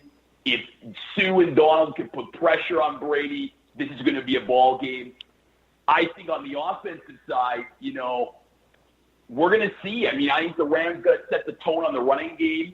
Is Todd Gurley healthy, though, Lucas? Well, that's a question. I mean, he didn't run a lot against the Saints. He has 2 weeks off to rest and get quasi healthy, I guess, and healthy enough to play. What about C.J. Anderson? Does he have another breakout performance like he did against the Dallas Cowboys? I think it's going to be closer than people think. People are saying, this is the Pats in the bag. It's a lock. I don't think so. I think it's going to be competitive. I'm going to be ballsy myself. I'm going to take the Rams in the upset. All right. Me and Steve are not allowed to pick it due to contractual, obligations. Okay. We have to pick it next Friday. That and I haven't made my mind up yet. So. Yeah, that's fair. I think it's a toss-up game. I think the Rams have the better roster. But. Of course, except for quarterback. But Belichick and Brady, that's what makes it difficult for me to pick. Because when I look at it, it looks to me like the Rams should win the game, honestly, because they match up well with New England. But it's Belichick and it's Brady. They got 2 weeks to prepare. But it's the same thing like last year, Mike, against the Eagles. Everyone said, the Eagles have the better roster. but Belichick, Brady. I mean, and the Eagles won. Now, Doug Peterson was a large part of that. The offensive line for New England was a weakness last year. What they did is they got Nate Solder out of there just in time, and they've replaced him with guys. They've replaced 2 or 3 offensive linemen that have made them better. And the scary thing is they drafted Isaiah Wynn out of Georgia, who I think is going to be a hell of an offensive lineman, and he got hurt and hadn't even played this year. So they're only going to get better next year. No, that's true. And Tom Brady's played, better at 41, as well as you can at age 41, and yet no signs of slowing down, which is just unbelievable. I think that's because he eats a plant-based diet. Yeah. Seriously. Maybe you should try that, Mike. That's what I've been doing for the last 3 weeks. I have. It's not a joke. I've lost I've lost 28 pounds in the last 3 weeks. I haven't ate any meat in 3 weeks. Wow. Now I sound like a hooker who quit hooking. But Steve, what do you think about a plant-based diet? Whatever floats your boat. So you have no opinion? I got to have a good cheeseburger every now and then. I mean, I'm you 60 years old. They've got something called Beyond Beef that I haven't tried yet. Yeah, I got to have a good cheeseburger, not a cheese rooter. So it doesn't bother you, all the murdered animals, so you can have your cheeseburger? No, Mike, it doesn't bother me. What if you looked at its eyes while it was killed? Killing for sport bothers me. Killing for food doesn't bother me. It's but really, when you can sustain yourself off. But killing for going out and just going to hunt and just to hunt and to hang something on your wall bothers me. I don't know why somebody wants to hang a deer head on their wall, anyways. Because everybody I know that's got one of them, those deer watch you. I watched a video of 2 idiots in Canada the other day who stupidly filmed themselves doing it. Shot a mother bear and her 2 cubs as her newborn cubs. Her cubs were screaming and wailing. They got the thing on video. The idiots filmed it and then posted it. And they're in jail now. So good for frickin' them. They're in jail. Yeah, it happened in Canada. I mean, I was watching it on a picture of a Twitter. bear. No, they filmed it. They just went out in the woods in Canada and found a mother bear and her 2 cubs that she just had and shot the mother and then killed both the cubs. And they filmed it. And you got the bears, the cubs are squealing, bloody murder. They don't know what's going on. And, it's just for sport. It's stupid. It's absolutely stupid. That's why I hate guns. Because stupid people do stupid things with guns. That has to do with guns? You could kill a bear with a bow and arrow or a crossbow. Yeah, I know. Yeah, I know. You hate guns because you're a leftist liberal. It takes some skill to do it with a bow and arrow. It takes idiots to be able to take a shotgun out and blow up a couple bears and their 2 cubs. To blow up a couple bears. So it doesn't take any rocket surgery to do that. What if they were eating it? They didn't. They laughed when they did it. Well, you could laugh and still eat it. All right, guys, I have a question for you both. Quick question before we end the show. What was your favorite Super Bowl halftime show? Or do you have one? Up with People, Super Bowl 16. I'm kidding, by the way. I would say Michael Jackson, Super Bowl 27. Yeah, Minnesota 26, was it? No, it was Super Bowl. It was actually the Colts Bears Super Bowl. I don't even remember that game. That game was stupid. That was Prince, wasn't it? Yeah, and Prince performed Purple Rain. In the rain. And it was actually driving rainstorm. So it was quite moving. Yeah, he went out in his little high-heeled, little prissy boots and come on. Went out and that dude got more tail than a... that's fine. When you're 5'2", you got to wear high-heeled boots as a guy. So... You got more tail than a women's toilet. You're going to rip on him. Maybe you need some boots like that. Yeah, Steve should wear those. I live in Hollywood. Steve should wear those boots. In a purple I have no use hat. for Super Bowl halftime shows. They're overrated, overhyped. Well, they got more on 5 than this year. So I prefer the Grey Cup and Travis Scott, who's a Kardashian wannabe. I've never even heard of Travis Scott. A Kardashian baby daddy. Why can't they have like Metallica or AC/DC? That's great. Didn't they have Why can't? I mean, there should do it be. 1 year? There should be. They did. They did, but they're so freaking old. It doesn't really matter anymore. But at least they play good music. I don't know about that. I'm not a big Rolling Stones fan. All right. Well, I'm not. I don't like the Rolling Stones. Well, that's okay. Yeah, whatever. I'm not a big Bruce Springsteen fan. I just like Bruce Springsteen, the 1984 album. But I mean, James Taylor could do halftime. I'd be cool with that. It's got to be a production now. Because I want to see him in concert. Because they got him at U.S. Bank Arena up here, Steve, and my wife's like, "Where do they get tickets for that?" And then I look, and at the top of U.S. Bank Arena, you can watch James Taylor for $120 a piece. So I've seen James Taylor in concert several times. Am I missing something here? If I get a hold of them for press credentials, what would be my chances, you think? Maybe we need to add a music tab to our page so we can start going to concerts for free. Yeah, do concert reviews. That's an awesome idea, isn't it? We could do concert. We do movie. I tell you what, if we could do movie reviews, we get the DVD sent. Go to the Oscars. You can't. You go to the Oscars. I'm an American. Oscars don't include Americans usually. But from time to time, Ross will come home with DVDs from the studios that he's working at, where they actually like a first-run movie, like say whatever's out right now. I don't know, whatever, like Bohemian Rhapsody, but I think it's out on DVD now anyway. But you could get a copy of that. We could watch it at home. You couldn't pass it out, or you had to return it back to the studio within 24 hours. But they send those things out all the time. So movie critics and things like that review. So Mike, we should start a movie review critic and get our then they start sending you all these DVDs of all the first run movies. Yeah. So you have to go pay $40 at a movie theater and $20 for stale popcorn and $8 for a 32-ounce watered down warm Coke. I hate to tell you this, but you don't have to pay for concessions. You can just stick shit in your pockets and go. Yeah, we do that.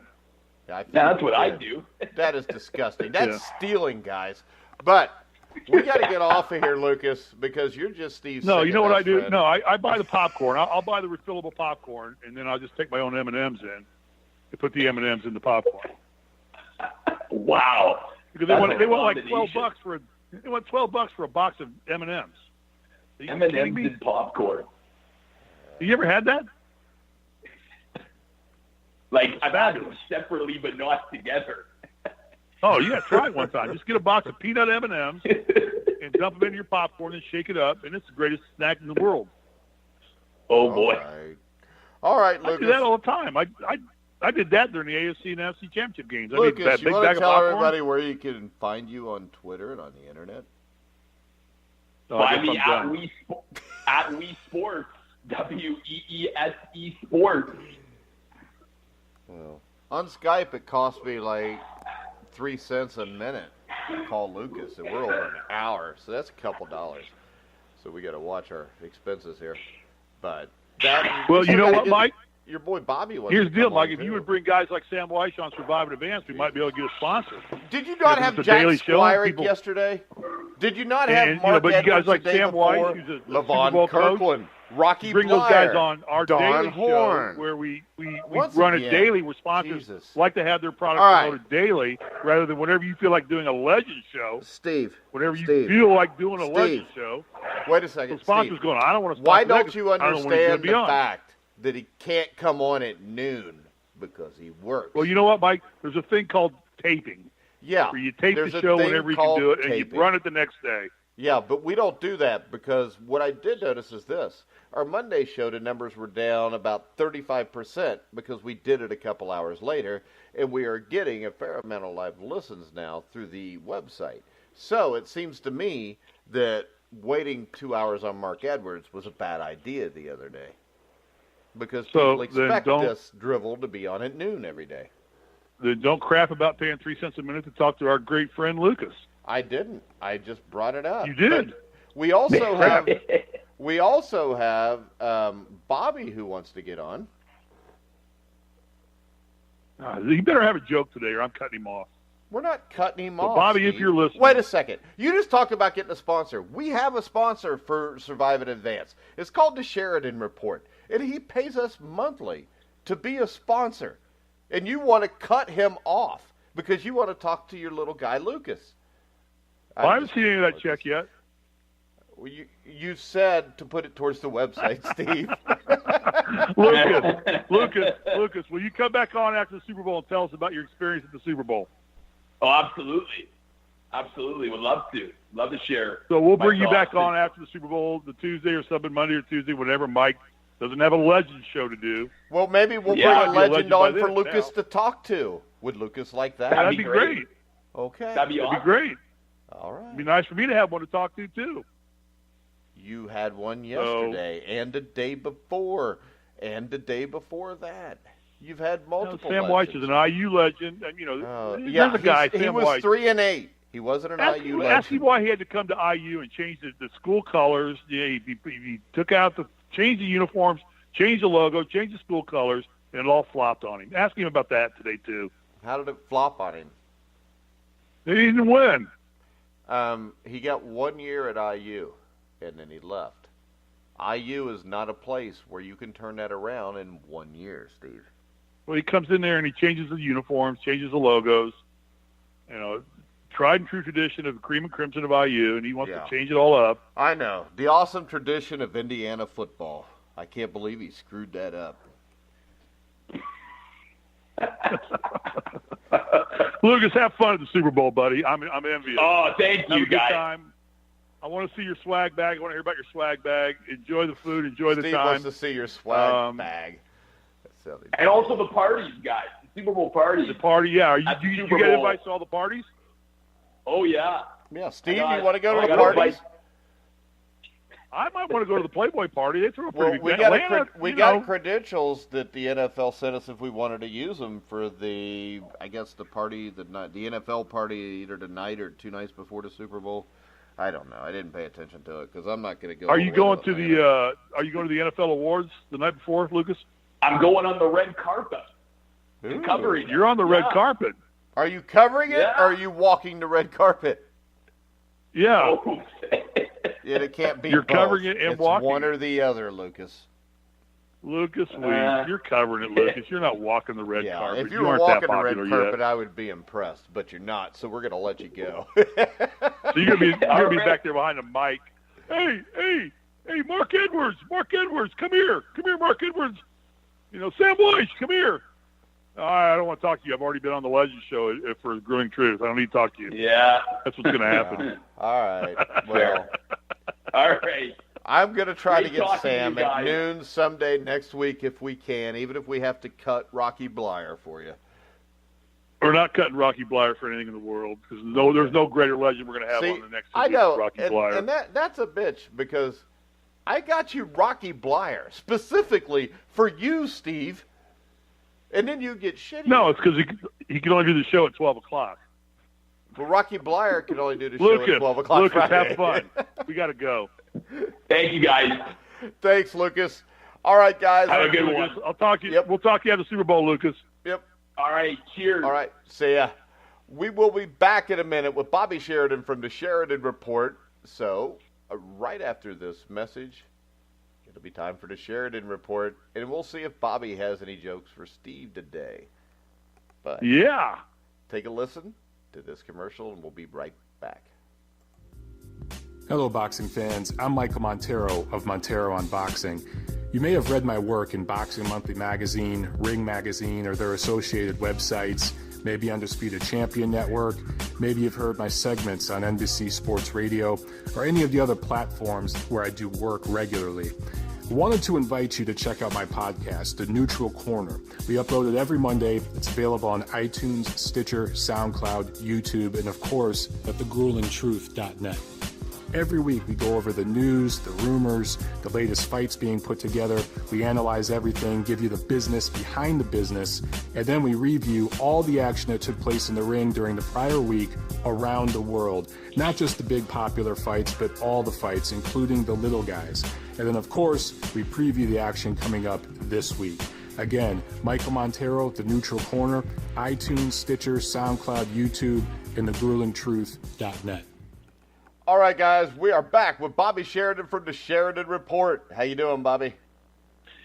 I'm doing very well this morning. How are you guys doing? All right. Steve, are you doing okay still? I'm doing wonderful. Tigers get ready to tee off here in about any minute now. That's what I'm seeing. I'm seeing some scores starting to pop up on that thing. And, you know, Steve, got a guy I wanted to bring up to you real quick that you brought up in a prior show, and it didn't really get talked about much, but I thought about you last night. Guy from Fishers, Indiana. Born in Fishers, Indiana. Gary Harris. Coached him in AAU ball. Coached him in high school. That's right. You brought that up on, when I was on the air with you, maybe the first or second day that I came on. I mean, I wasn't his major coach. I was assistant coach on one of the AAU teams he played on, and I don't take any credit for making Gary Harris by any stretch of the imagination. And I worked for the high school basketball team some when he was there. So, I mean, great kid, one of the hardest working young men I've ever seen in my life. I mean, they did it the right way. His parents were great people. He kept his nose clean. He spent all of his free time perfecting his game, and it's paying off for him now. He's making, $80 million contract, I think, with the Nuggets right now. I'm doing extremely well. And, you know, my son's got a cell phone number, and they text back and forth occasionally. And just a great kid, a great family. His mom was an All-American at Purdue. Why don't we have Gary Harris on this show, then, Survive and Advance? It looks like that would be a good get. I can do that. When we get into basketball, I'll do that. No problem. Okay. Right now we're talking football, you idiot. So I don't think Gary Harris will play well on Super Bowl week. Okay. Well, you know what? I got a good update. You're lucky that you're all the way across the pond. Go ahead, Bobby. Well, there's a reason I brought him up. Across what pond? Well, there's another idiot comment. What Dude, pond? No, it isn't, because this is the thing. You're on the West Coast, right? My trailer park sits with a pond to the left of me, which tells me I would have to come across the pond to get to beat your ass. Just to the left of you. Yeah, that means it's you're west. Come across the... Did you guys argue in the last segment? No. I don't understand your argument, Mike, because there's no pond between you and... Yes, there is. I go fishing in this pond every day. It is just outside my door, and it's to the left. And from what I've been told, if I wanted to come see you, I would have to go left when I go out my trailer park door. You go out and fish for crawdads and crappie and have dinner. Well, I like the noodle. Do you like the noodle? I don't know what the noodle is. Bobby knows what noodling is, don't you, Bobby? No, I don't, actually. That's where you go out. There's a show about it. It's on one of them channels where you go out. That's where you stick your hand in the hole and pull the catfish out? Yeah, you stick your hand down the catfish's mouth and pull it out. Yeah, well, that's a real trailer park maneuver right there. Yeah, one of these days it's going to be something other than a catfish in there. It's got teeth. And your hand's not going to come out with your arm. So? I only got one arm anyway. Luckily, it's my right arm. That's and we know what you use that for. Yeah, making love. Yeah, there you go. To yourself. Well, Steve. Somebody's got to do it, Steve. And I don't trust anybody more than I trust myself. There you go. I know where I've been. All right. All right. What's your big play for tonight, Bobby, as this show disintegrates? Bobby, do you have a joke? Have you come up with a joke yet? Well, I came with a lot of numbers today. I really did. I got a lot of numbers, and I want to start spitting them out. Would that be like so can we just call the Villanova pick a joke? Would that be your joke of yesterday? Oh, Bobby. Ooh, that was Bobby, bad, that hurt a little Steve. bit. That hurt just a little bit. little bit, but we bounced back from that very quickly. TSR was 3-1 yesterday. We hit 3 out of 4. We lost the on-air pick, which I was really felt bad about. That's why I'm going to give out all the picks today and tomorrow to finish the week from the report, all of them. I am. But so yesterday was a great day. We lost the on-air pick, but Gary Harris yesterday, Steve, 27 minutes, 16 points, 2 rebounds, 2 assists, played very well from Fishers, Indiana. I want to just give him some props because last time we didn't talk, I didn't have anything to tell you about him. Here are some numbers. Super Bowl, real quick. 77% of the tickets are on New England, 23% on the Rams. There's been 9 5-figure bets, all on New England. There's a total of 6.5 7-figure bets over or under. Last year there were 8, I believe. They're expecting still 7 or less. 6.5 is the total that you can bet on, whether it be 7 or 6 or less 7-figure bets. So, there's a lot of money still to come. Prop bets are out tonight at 7 o'clock at the Superbook at the Westgate. Something I did not know, there'll be around 400 or 500 bettors that really like to bet these props, and they limit them at $2,000 each, at 2 wagers each. So they can stand in line and get to the front. They can bet 2 wagers. $2,000 is the maximum until tomorrow, and they move the numbers around. Then they have to get back in line. So it's a pretty big deal there going on. There's your Super Bowl numbers update. And then, Mike, I fast-forwarded through all that. Now to the picks for tonight. I got a question before you move on. How much money will be bet on the Super Bowl? I mean, it's an estimate. I get it. But how much legitimate money through the legitimate sites will be bet on the Super Bowl in 2 weeks? You know what? I wish I had that. I heard that number that they were expecting, and I don't want to sound stupid by saying it. Okay. I heard a number, and I have can't no idea. remember exactly. But I would guess it's got to be pushing $1 billion. Exactly. I was thinking over that actually. So yeah, I don't want to sound crazy saying that, but I think it's true. Yeah. And that's just through legitimate booking. Right, through legitimate means. Right, not even the office schools and the underground. Well, not even guys everybody that does the 10-box grids where you put your name in. You put the 1 through 0 up and down, and right. You buy a box and put $5 a box and put your name in. I mean, we're going to a party with that, and it's like $20 a box. So right, these guys Hollywood. So these guys, it's out of our league, but we'll buy one box and give away $20 is what we'll do. Right, yeah, because one out of that whole square will come in. I have 100, right? Yeah. But they'll pay quarters, they'll pay halves, it's pretty crazy. But anyways, I got 3 picks off the TSR for tonight. And we got 2 going in the college and 1 in the NBA. 2 of them are top plays. So the 2 top plays are the Timberwolves over the Lakers tonight, -1. That's down to -1. In college, BYU is getting a 1.5 at home against St. Mary's. That's the 2 top plays. Then we have Oregon over Washington -2.5 as a third play on the TSR. Do I have time to talk about one of the games, yes. Mike, or should I? You know, all the time you want. Okay. Oh, okay. I didn't know if we were pressed for time. No, we're time pressed because I got a number 2. But go ahead. Oh, no. Okay.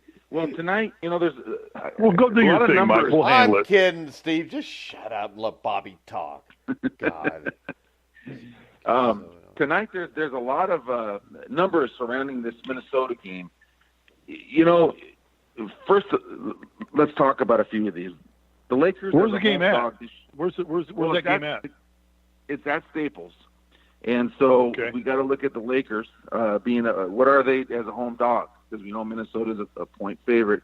Lakers are 1-4 as a home dog this year. They're 9-12 off of a loss, and those are negative numbers for the Lakers. Positive numbers for Minnesota. They're 55% off of a win this year, and they've won 10 of the last 14 matchups with the Lakers. Okay, that's just some numbers. Let's dig deeper than that, though. We've got Lonzo Ball's been out, Steve. He went out 2 games ago. Yeah, he sprained his ankle, didn't he?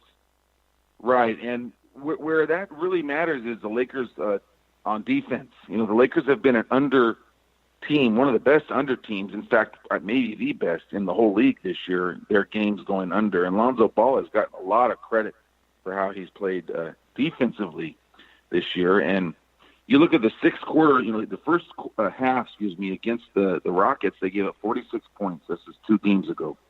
In the second half, 92, he was out at the half. He only played the first half. He got hurt. 65 the first half against Golden State, then another 65 the second half. So they've given up 204 points in the last 6 quarters without him on the floor defensively. Yeah. You've got the Timberwolves tonight. What's up with LeBron? I mean, what's up with this? I mean, is LeBron hurt that bad? I mean, I really don't follow the NBA, so I live in LA. Well, this will be 14 games. Yeah, what's with him? Yeah, I mean, he's never missed as many games in his career, has he? Yeah, no, never. He's got the groin issue, and they're just being extra careful. The Lakers have fallen out of the playoff spot now. This is something else I was going to mention in a second. But he's had the groin issue. This will be the 14th game, and he's close.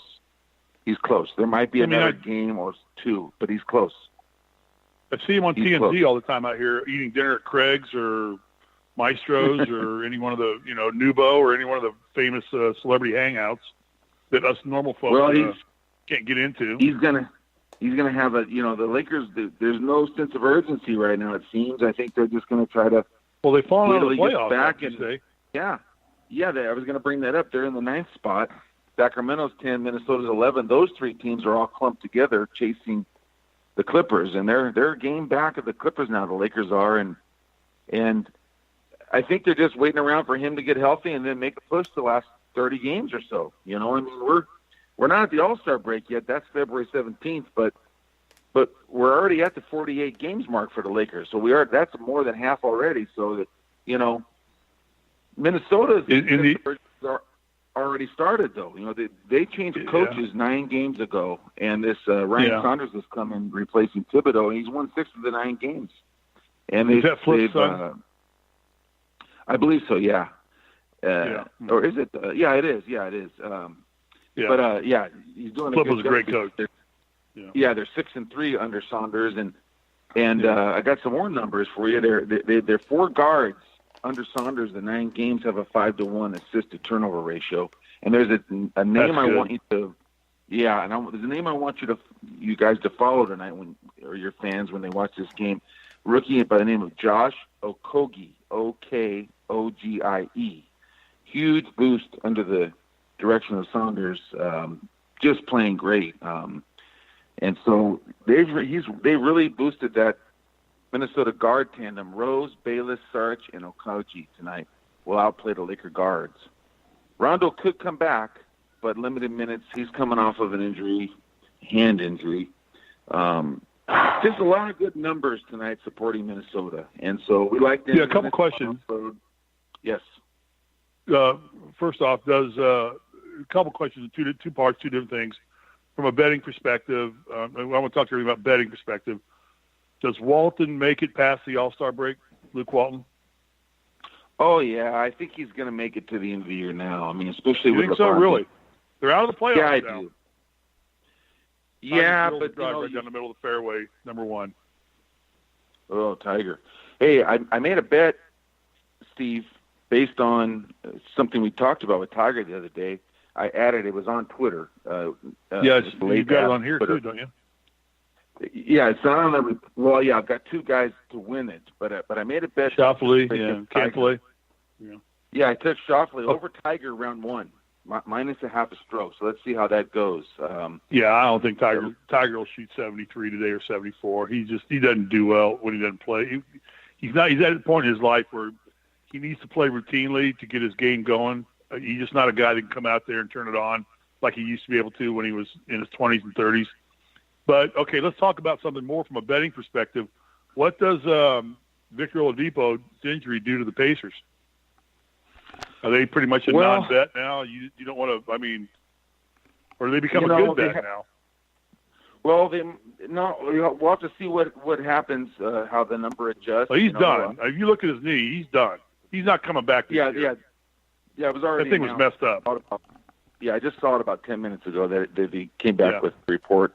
He's out. Yeah, they're going to do surgery tomorrow, I think, or do surgery today, maybe. today or tomorrow they're doing surgery, so he's done for the year. That team is a good team, and they'll hang on, and they'll be in the playoffs. And I don't think they were a threat anyways to get out of the East, but they can put Evans in the lineup with Collison, and that's still a pretty formidable guard tandem. Those two guys, they lose a lot of depth, of course. And those lower teams in the East are playing really, really solid basketball. So it's going to be a fight there in that 4, 5, 6, 7, 8 spots. That's just a tough break for. Do the Pacers try and pick anybody up? I mean, again, and I know you from a betting side, you follow this a lot closer than I do. Probably the Pacers I follow more than any NBA team because they're my team. Right. Do they try and go? Is it deadlines? Can they still get players to the All-Star break? Or well, yeah, they can. Do they go try and get somebody, take some money and buy somebody, or get some? Maybe get Paul George back. Why not? Bring another cancer back onto that team. Nothing like that's going to happen, and there's nothing. They're probably more likely to just stand pat and then reevaluate at the end of the season. But there is a guy out there, Mike Conley. It's well known that he's on. He'll probably move somewhere. Indiana could be a destination now with him out, but there's been other rumored spots. So is Gasol. But I don't know if they need a guard, though. I don't know if the Pacers need, if that's their most pressing issue, is a guard to replace Oladipo. They need a scorer, no doubt. Conley's a scorer. Right. But it seems to me that they need more of a forward-type player. Guys like Miles Turner got to step it up and play better. And no doubt they've got to start getting something out. And they've got a couple of good European players on the team that really, I think, will pick up a lot of the scoring. I think probably we're sacrificing some scoring because of Oladipo, and not in a bad way. Oladipo's a great kid, a great representative of Indiana basketball, a great representative of the Pacers, and a very beloved kid. I mean, if you've read any of the tweets, I mean, it's all over the world how heartfelt they are. It just happened to him. He's genuinely a good guy. That's what I gathered by reading I would all say that. this, Steve. I would say the reason you would bring Conley in here is he fits the culture. He's a selfless guy. Yeah. He's a good kid. He's a damn good point guard. He's a 12-year veteran. So agreed. But you can't give up too much for him because he is in his 12th year. Right. Well, he doesn't come from a winning culture. He really doesn't come from a winning culture either. I mean, he's played most of his career at Memphis, hasn't he? Is he still at Memphis? Yeah, he's still at Memphis, right now. Yeah, so he's been there his whole career. This is my thing, though. He may be from a losing culture, but that makes it even more impressive that he's as selfless as he is, I think. He's never become a guy that's good point. No, I met Mike Conley, him and Greg Oden. I went to Lawrence Central. They went to Lawrence North, which is was our sister high school. And Jack Kiefer, their legendary high school coach, is the only coach Lawrence North has ever had. And Lawrence North's first year was my senior year in high school, which was 1977. And he's been the only high school basketball coach they've ever had there. That's where Montrose played, multiple state championships. Pardon? That's where Montrose played, wasn't it, Lawrence North? Did he play there or Carmel? I think, Did he play? North. Yeah, he played at Lawrence. He was Lawrence North, yeah. Yeah. He was Lawrence North. He played there. Brad Leaf played there, whose son, T.J. Leaf, is a member of the Pacers now. I played against Brad Leaf. He would have come to Lawrence Central and played with us, but the school split, and he was a year behind me as a junior, and they kept the senior class intact, let them all finish out at Lawrence Central, but Brad went to Lawrence North and became a viable superstar at Lawrence North, and set a lot of their scoring records early on until Oden and Conley came along. I saw Oden only had his 31st birthday. If he can fix his knees, bring him back. He can still play. Man, that guy. All right, we're getting off track on your picks. Get back to your picks. No, we're all good. Wait. I want to say one thing. Right. I want to say I'm getting tweets right now, texts right now. Lukas Weese wants me to say he wants to say hello to you. He's very disappointed that Mike would not let him stay on and have you talk to him and him be a part of this part of the show. But Mike wanted to cut him off, and not have you had the opportunity to talk to Lukas. Lukas is a very good sports writer up there in Canada, and doing a lot of work for us too. He's start with this. I Lucas think, said to say hello Lucas is excellent. You're the one that said he was just very good. I just love wanted Lucas. To bring that up, Who called Lucas yesterday and asked him to be on the show? Was it me or you, Mike? I did not do that because you said, "Oh, please let me call Lucas. He's so hot." Right, because Lucas and I are buddies, like Bobby and I are buddies. Yeah. You're just somebody who wants to go off and do legend shows on your own with the great superstar people, that come onto our radio network, and you go ahead and take those and hog those for yourself. Got you, Rocky Blyer, LaVon Kirkland, who you don't even know who LaVon Kirkland is. Bobby, do you know who LaVon? I don't know who LaVon Kirkland is. Let's give Bobby his time. Well, he's paying for this. So am I. What is including you, Steve? Go ahead, Bobby. Regarding Lucas, I follow him too from the show, and I've enjoyed reading all his tweets, and he does a great job. He's into some stuff that I'm not, which I like because I learn, hockey and some of the sports. And I swear to God, he's going to cover the Iditarod for us this year. He's got to do that. Otherwise I will. I want him covering the Iditarod. Once again, the Iditarod is in Alaska, not Canada. It doesn't matter. It's north. He's going to Atlanta. What's the difference between going to Alaska or Atlanta? They both start with A. Yes, they do, Steve. That is very okay. So he's going to Atlanta to cover the Super Bowl. Why can't he go to Alaska and cover the Iditarod? All right. Well, maybe you could drive him up on your That's a great sleigh. Sporting event. That is man against nature. Yeah. Are you kidding me? That is animal, people, and nature all coming together to form a team to beat the elements. That is probably the greatest sporting event in all sports. Is the Iditarod. It's stupid. You wouldn't last, Goodpaster. No, I wouldn't, and neither would you, mister. It's 75 degrees, and I'm sitting by my pool, and I got all scared and cried when I saw somebody Unlike shoot a you, bear. I haven't shed 25 pounds of body fat. I have it on me. I'll stay warm. Yeah, you won't. And I got my Australian Shepherd who I'm telling will you, much through anything. You need to go on a plant-based diet. It's much healthier, Steve. You'll live longer. I had this conversation with my wife before I called you. I said, we're having a big salad tonight, and we're having hamburgers. Yep, and that is not a plant-based diet. Here, Lucas just texted me. Wait, Lucas just texted making fun of you for saying the Iditarod was the greatest sporting event ever. Did he make fun of me? Yes. And that's after you Lucas, said all those wonderful things about him, where you called him very good. But Lucas is a guy who goes to Kansas City and goes in 18-degree temperature in the snow, and he goes up in the press box with his Kansas City ribs sitting there, his free bar, his free swag, and everything, and sits in there in his golf shirt given to him by his website, and goes up there and takes everything free, and goes up there and reports back, and take your ass, put on a parka, go out in the Iditarod, go park yourself on one of those sleds, and get a remote mic and a satellite phone, and start talking about what these dogs do, how they fight these bears, you fight these moose, they fight the elements, they fight the lakes that are mushy or not mushy. Bears? That's a sport. That's what sports is all about. Is the I've Iditarod. Never seen an Iditarod dog versus bear fight. I think you're making that up. Oh, you got to go to YouTube because it happens all the time. Everything happens all the time on YouTube, Steve. It doesn't mean it was in the Iditarod. Maybe it was just a random dog fighting a random bear. What do you think? Maybe the bears are trying to block the Iditarod? A team of mushers going, and all of a sudden, out of nowhere comes an angry moose, Bullwinkle, or Rocky J. Squirrel's guiding Bullwinkle to go attack a sled team, or there's some bear who's pissed off because Bobby, did you have anything ground. that happened this day in sports in the past that you may want to talk about? Go back. Yeah, I'm sorry. I do. Or Barry or Bobby or whatever else. See, he gets upset when Lucas gets mad at him. I don't like Lucas being mad at me. I love Lucas. They're a cute couple. Lucas is mad at me now. Mike, I do. Iditarod's the greatest sporting event in the world.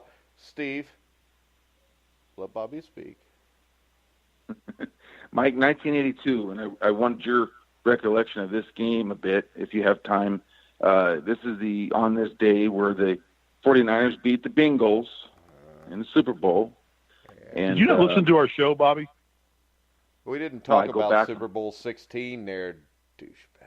Oh, all right, yeah. Well, that's just another time the 49ers beat the Bengals. How many times did the 49ers beat the Bengals? I don't know, Steve. I know this. Like a weekly occurrence. Colts, if the Colts would have had to play Joe Montana and the 49ers, y'all never would have won anything either. I know. It's like us with the Patriots. We can't beat the not. Patriots. The 49ers. The 49ers teams were so much greater than the Patriots. It's not even debatable. The NFL is different today than it was back then. The 49ers had greatness at every position, plus a great head coach. That would be like putting Bill Belichick as the coach of the San Francisco 49ers in the 80s. They would be totally untouchable then. But go ahead, Bobby. I'm sorry for the interruption. Go ahead, Bobby. Yeah. Well, 82. I brought this specific game up because I knew Mike was a Bengals guy, but also Anthony Munoz. He was a star lineman, and Mike and I have talked about this off the air. He's from Ontario. Risley, I don't know if you knew that, but Anthony Munoz went to Chaffey High School in Ontario, and I played high school baseball in Upland, and my high school coach and Anthony Munoz were pals. So I actually got to meet him when I was a high school kid, and he was a great guy, very nice person, and used to be a baseball player. Could throw the ball 90 miles an hour on the mound. Oh, if I remember, he played, didn't he? He played for Ron Dato's USC Trojan teams. Dato's probably the greatest college baseball coach that ever lived. Well, yeah. I mean, this is stuff that I'm sure. I mean, only on the Grueling Truth, right? I mean, we're talking about Anthony Munoz and his baseball, and that's what's great about our sports. And he played. Yeah. He was a third baseman at USC. He played shortstop and third, and he pitched a little. Well, I remember him more as a pitcher, not as an infielder at that time. But he had a great arm. He could throw the ball very hard, and I don't know about if that's factual or not on that part. We have to look that up, but. Just a really nice person, and that 82 Super Bowl was a tough one, I know, for you, Mike. And if you had a couple things you wanted to say about that, I don't remember much about the game. I was 13 years old and haven't researched it like you have. I didn't research it. I lived it, Bobby. That's what I mean. I was actually 13 years old also, so that means we're both the same age. I remember that I got mad and I kicked my puppy at the end of the first half, and my dad yelled at me. Don't admit that on TV. Come on. I was 13. I was frustrated, Steve, and I'm not afraid of the things I've done.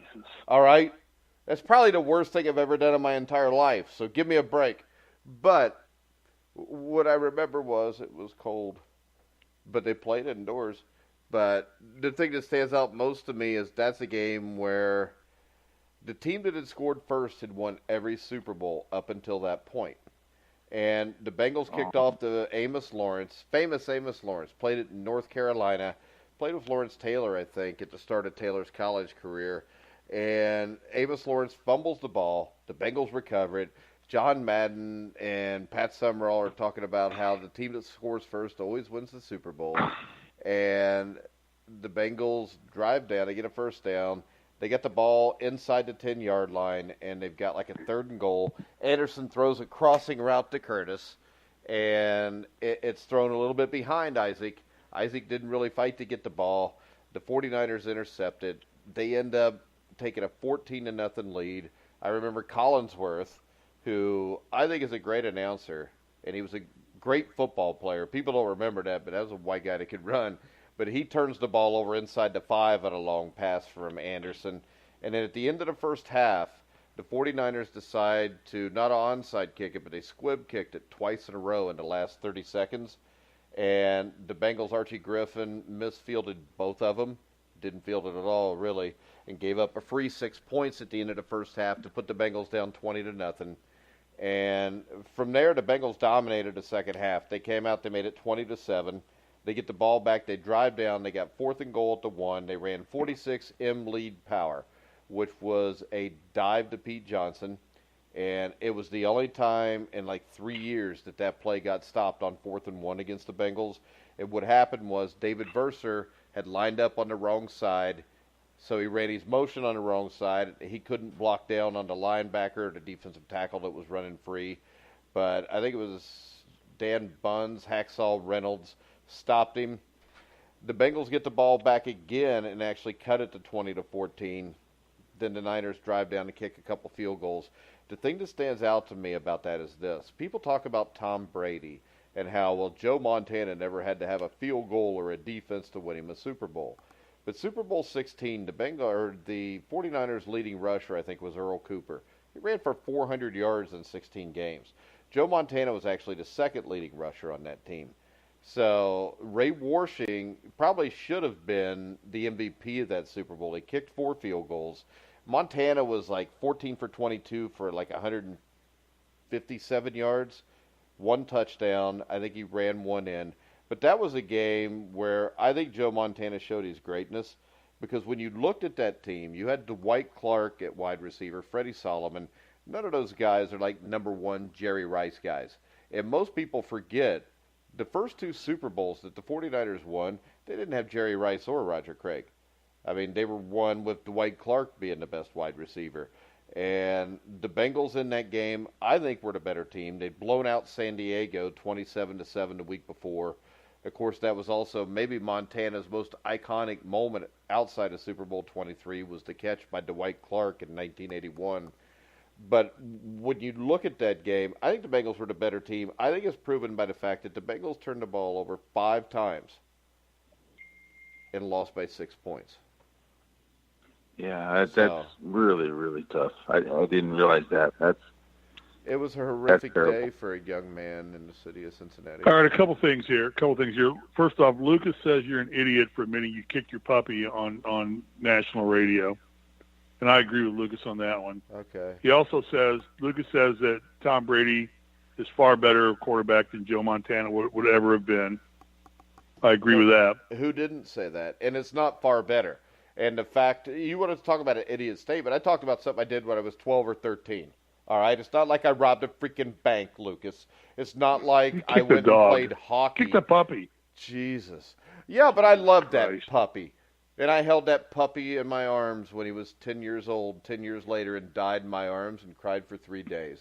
And I still felt bad about it. But you know what? I'm not ashamed of anything I've done, unlike people in Canada who just have to be ashamed because they have something called a prime minister. But don't pick on Lucas. The good thing about Canada, though, is I don't think they play much soccer. So that's a good thing. But I don't understand. I like hockey, but I don't understand the curling thing. But I don't even remember what I was talking about now. Bobby, have you covered all your picks you want to cover? Because I got another question for you here on one of your on this days. We're over your picks sufficiently enough. We went over Minnesota and Dubs, and we gave out the other 2. Yeah, he's the one that brought up Super Bowl 16, Steve. Jesus. All right. Okay. Jeez. So go back to 1964. Go back to 1964 when the CBS purchased the NFL 64 and 65 NFL TV rights for $28 million. They're going to make that much money off of 5 commercials on the Super Bowl alone. Isn't that amazing? The commercials right now, a 30-second commercial for the Super Bowl right now is going for $5 million for a 30-second commercial. So they sell 5 30-second commercials. They have paid for the entire rights of covering the NFL. And that was CBS, who was the big boys back at that time, right, Mike? Yeah. Well, were they, or was it ABC? Well, it 64, 65. ABC never became a player in the NFL until you got to Monday Night Football. Yeah. 1973. Here you go. No, it wasn't 1973. Why do you randomly just spout incorrect facts like they're true? You sound like Donald Trump in the State 71. It was 71. Okay. No, 71. It wasn't. It was not 1971 either. Try again. 72.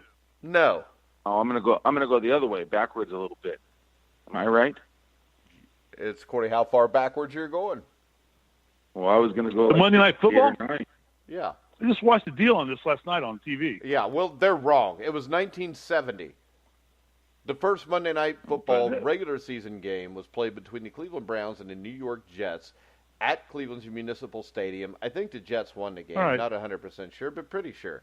Now, a little-known fact is other September networks, 21st, 1970, between the Jets and the Cleveland Browns. What I just said. Yeah, all right. So why do you have to repeat the fact that I was right? Now, because I want to reinforce the fact that you were right. What was the first Monday Night Football game on ABC, Steve? See if you can Google that quick enough. This game was not on ABC? Yeah, it was. Yes. It was Cleveland. No.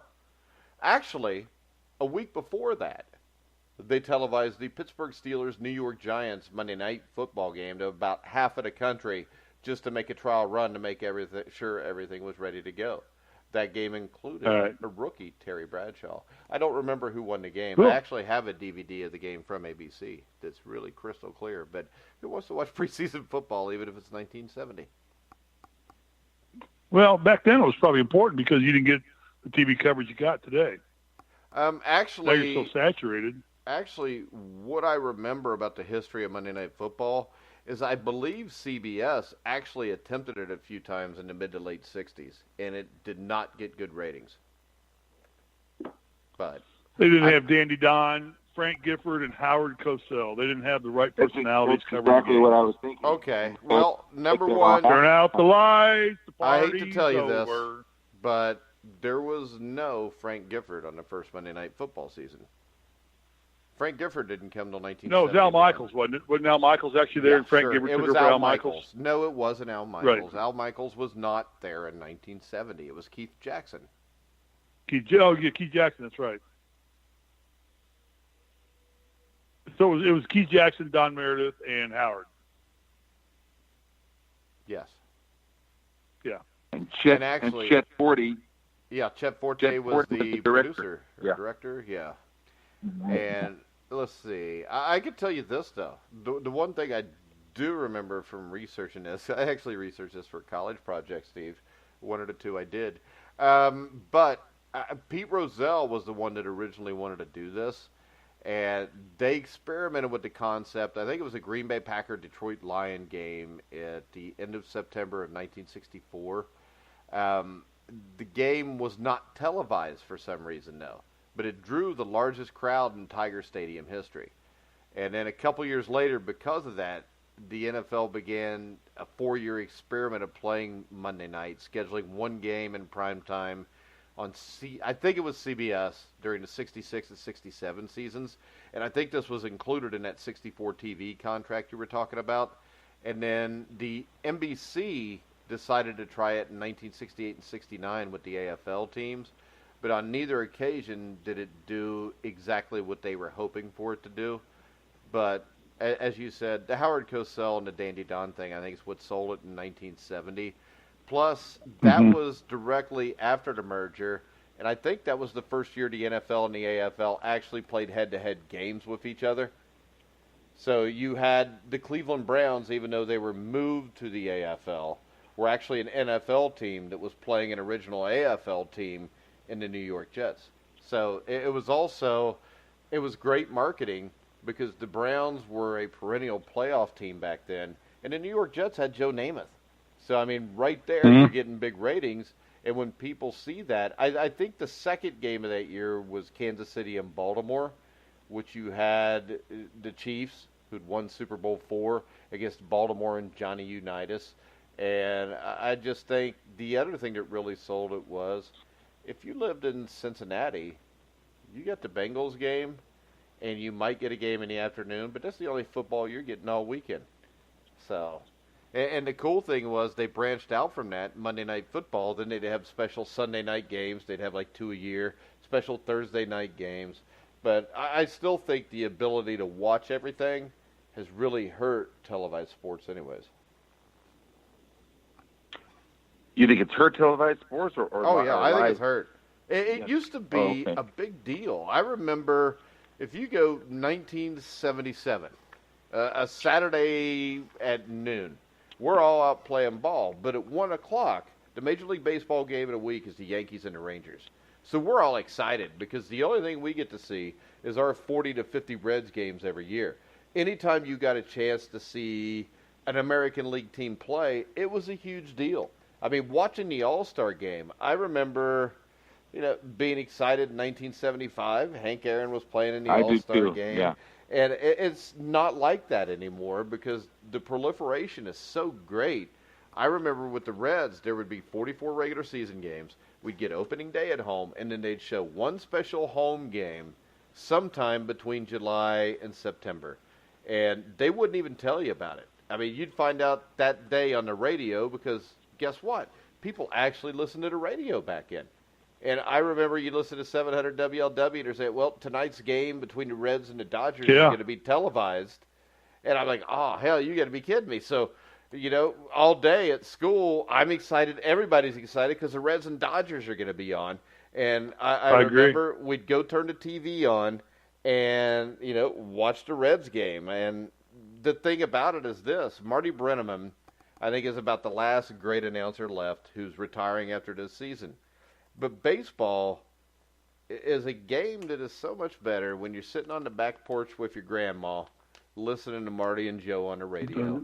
That doesn't happen anymore, number one, because Joe's dead, and number two, because every game's on TV, and who's going to listen to it when you can watch it? I remember most of the time the televised Reds games, we would watch the Reds game with the sound turned down and listen to Marty and Joe on the radio do it.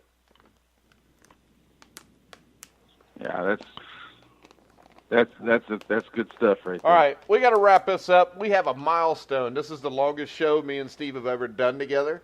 We are now approaching 2 hours and 6 minutes. And if you've listened to all of this, well, you're a genius. When you're they an idiot. get you out of the straitjacket and you get to go home, still listen to us for a few minutes every day. And remember, hey, Mike, I'll close with one thing here. There is a good TV show on one of the IFC, one of the lesser-known cable channels called Brockmire. Have you ever heard of that show? No, I haven't seen it. It's Hank Azaria, and he actually plays a Marty Brennaman, Joe Nuxhall type of a broadcast announcer who's gone through some tough times, and the whole show's focused on him being a baseball announcer, an old-school baseball announcer, trying to cover modern-day baseball. It's a pretty funny show. It's called Brockmire. It's with Hank Azaria. It's one you should find it and Google it and tape it.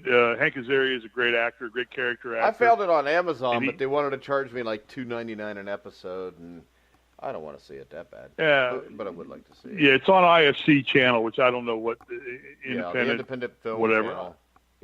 Yeah. But it's a half-hour show with Amanda Pete, but he does all the characterization of voices of like the Joe Nuxhall, the Bob Uecker, who did it's high and outside, and he characterizes all the voices and like that. It's kind of fun if you're kind of an old school guy who loved to listen to baseball on the radio. The show's got some other quirks in it too, but it's a fun show to watch. There's a channel on YouTube that's like baseball on radio, and they've got all these old games, including some Reds games of Marty and Joe. And usually at night, I'll turn one on to YouTube and listen to it as I fall asleep. So there you go. All right, guys, we're gonna wrap this. This has been like. I'll close with this. Alex Xander Schauffele -1 through 2, Tiger +1 through 2. So he's already up 2 strokes. And remember, you can hear Bobby on the Sheridan Report. So, our version of Winds of War or Roots is now over. 2 hours and 10 minutes later. We have went to triple overtime, and from now on, when we get to overtime, I think the first team that scores wins. All right, guys, remember, you can hear all of our shows on iHeartRadio, iTunes, TuneIn, Spreaker, Stitcher, wherever you find sports podcasts, you'll find The Grueling Truth. So for Lukas Weese, Bobby Sheridan, Steve Risley, I'm Mike Goodpaster. You've been listening to The Grueling Truth, where the legends speak.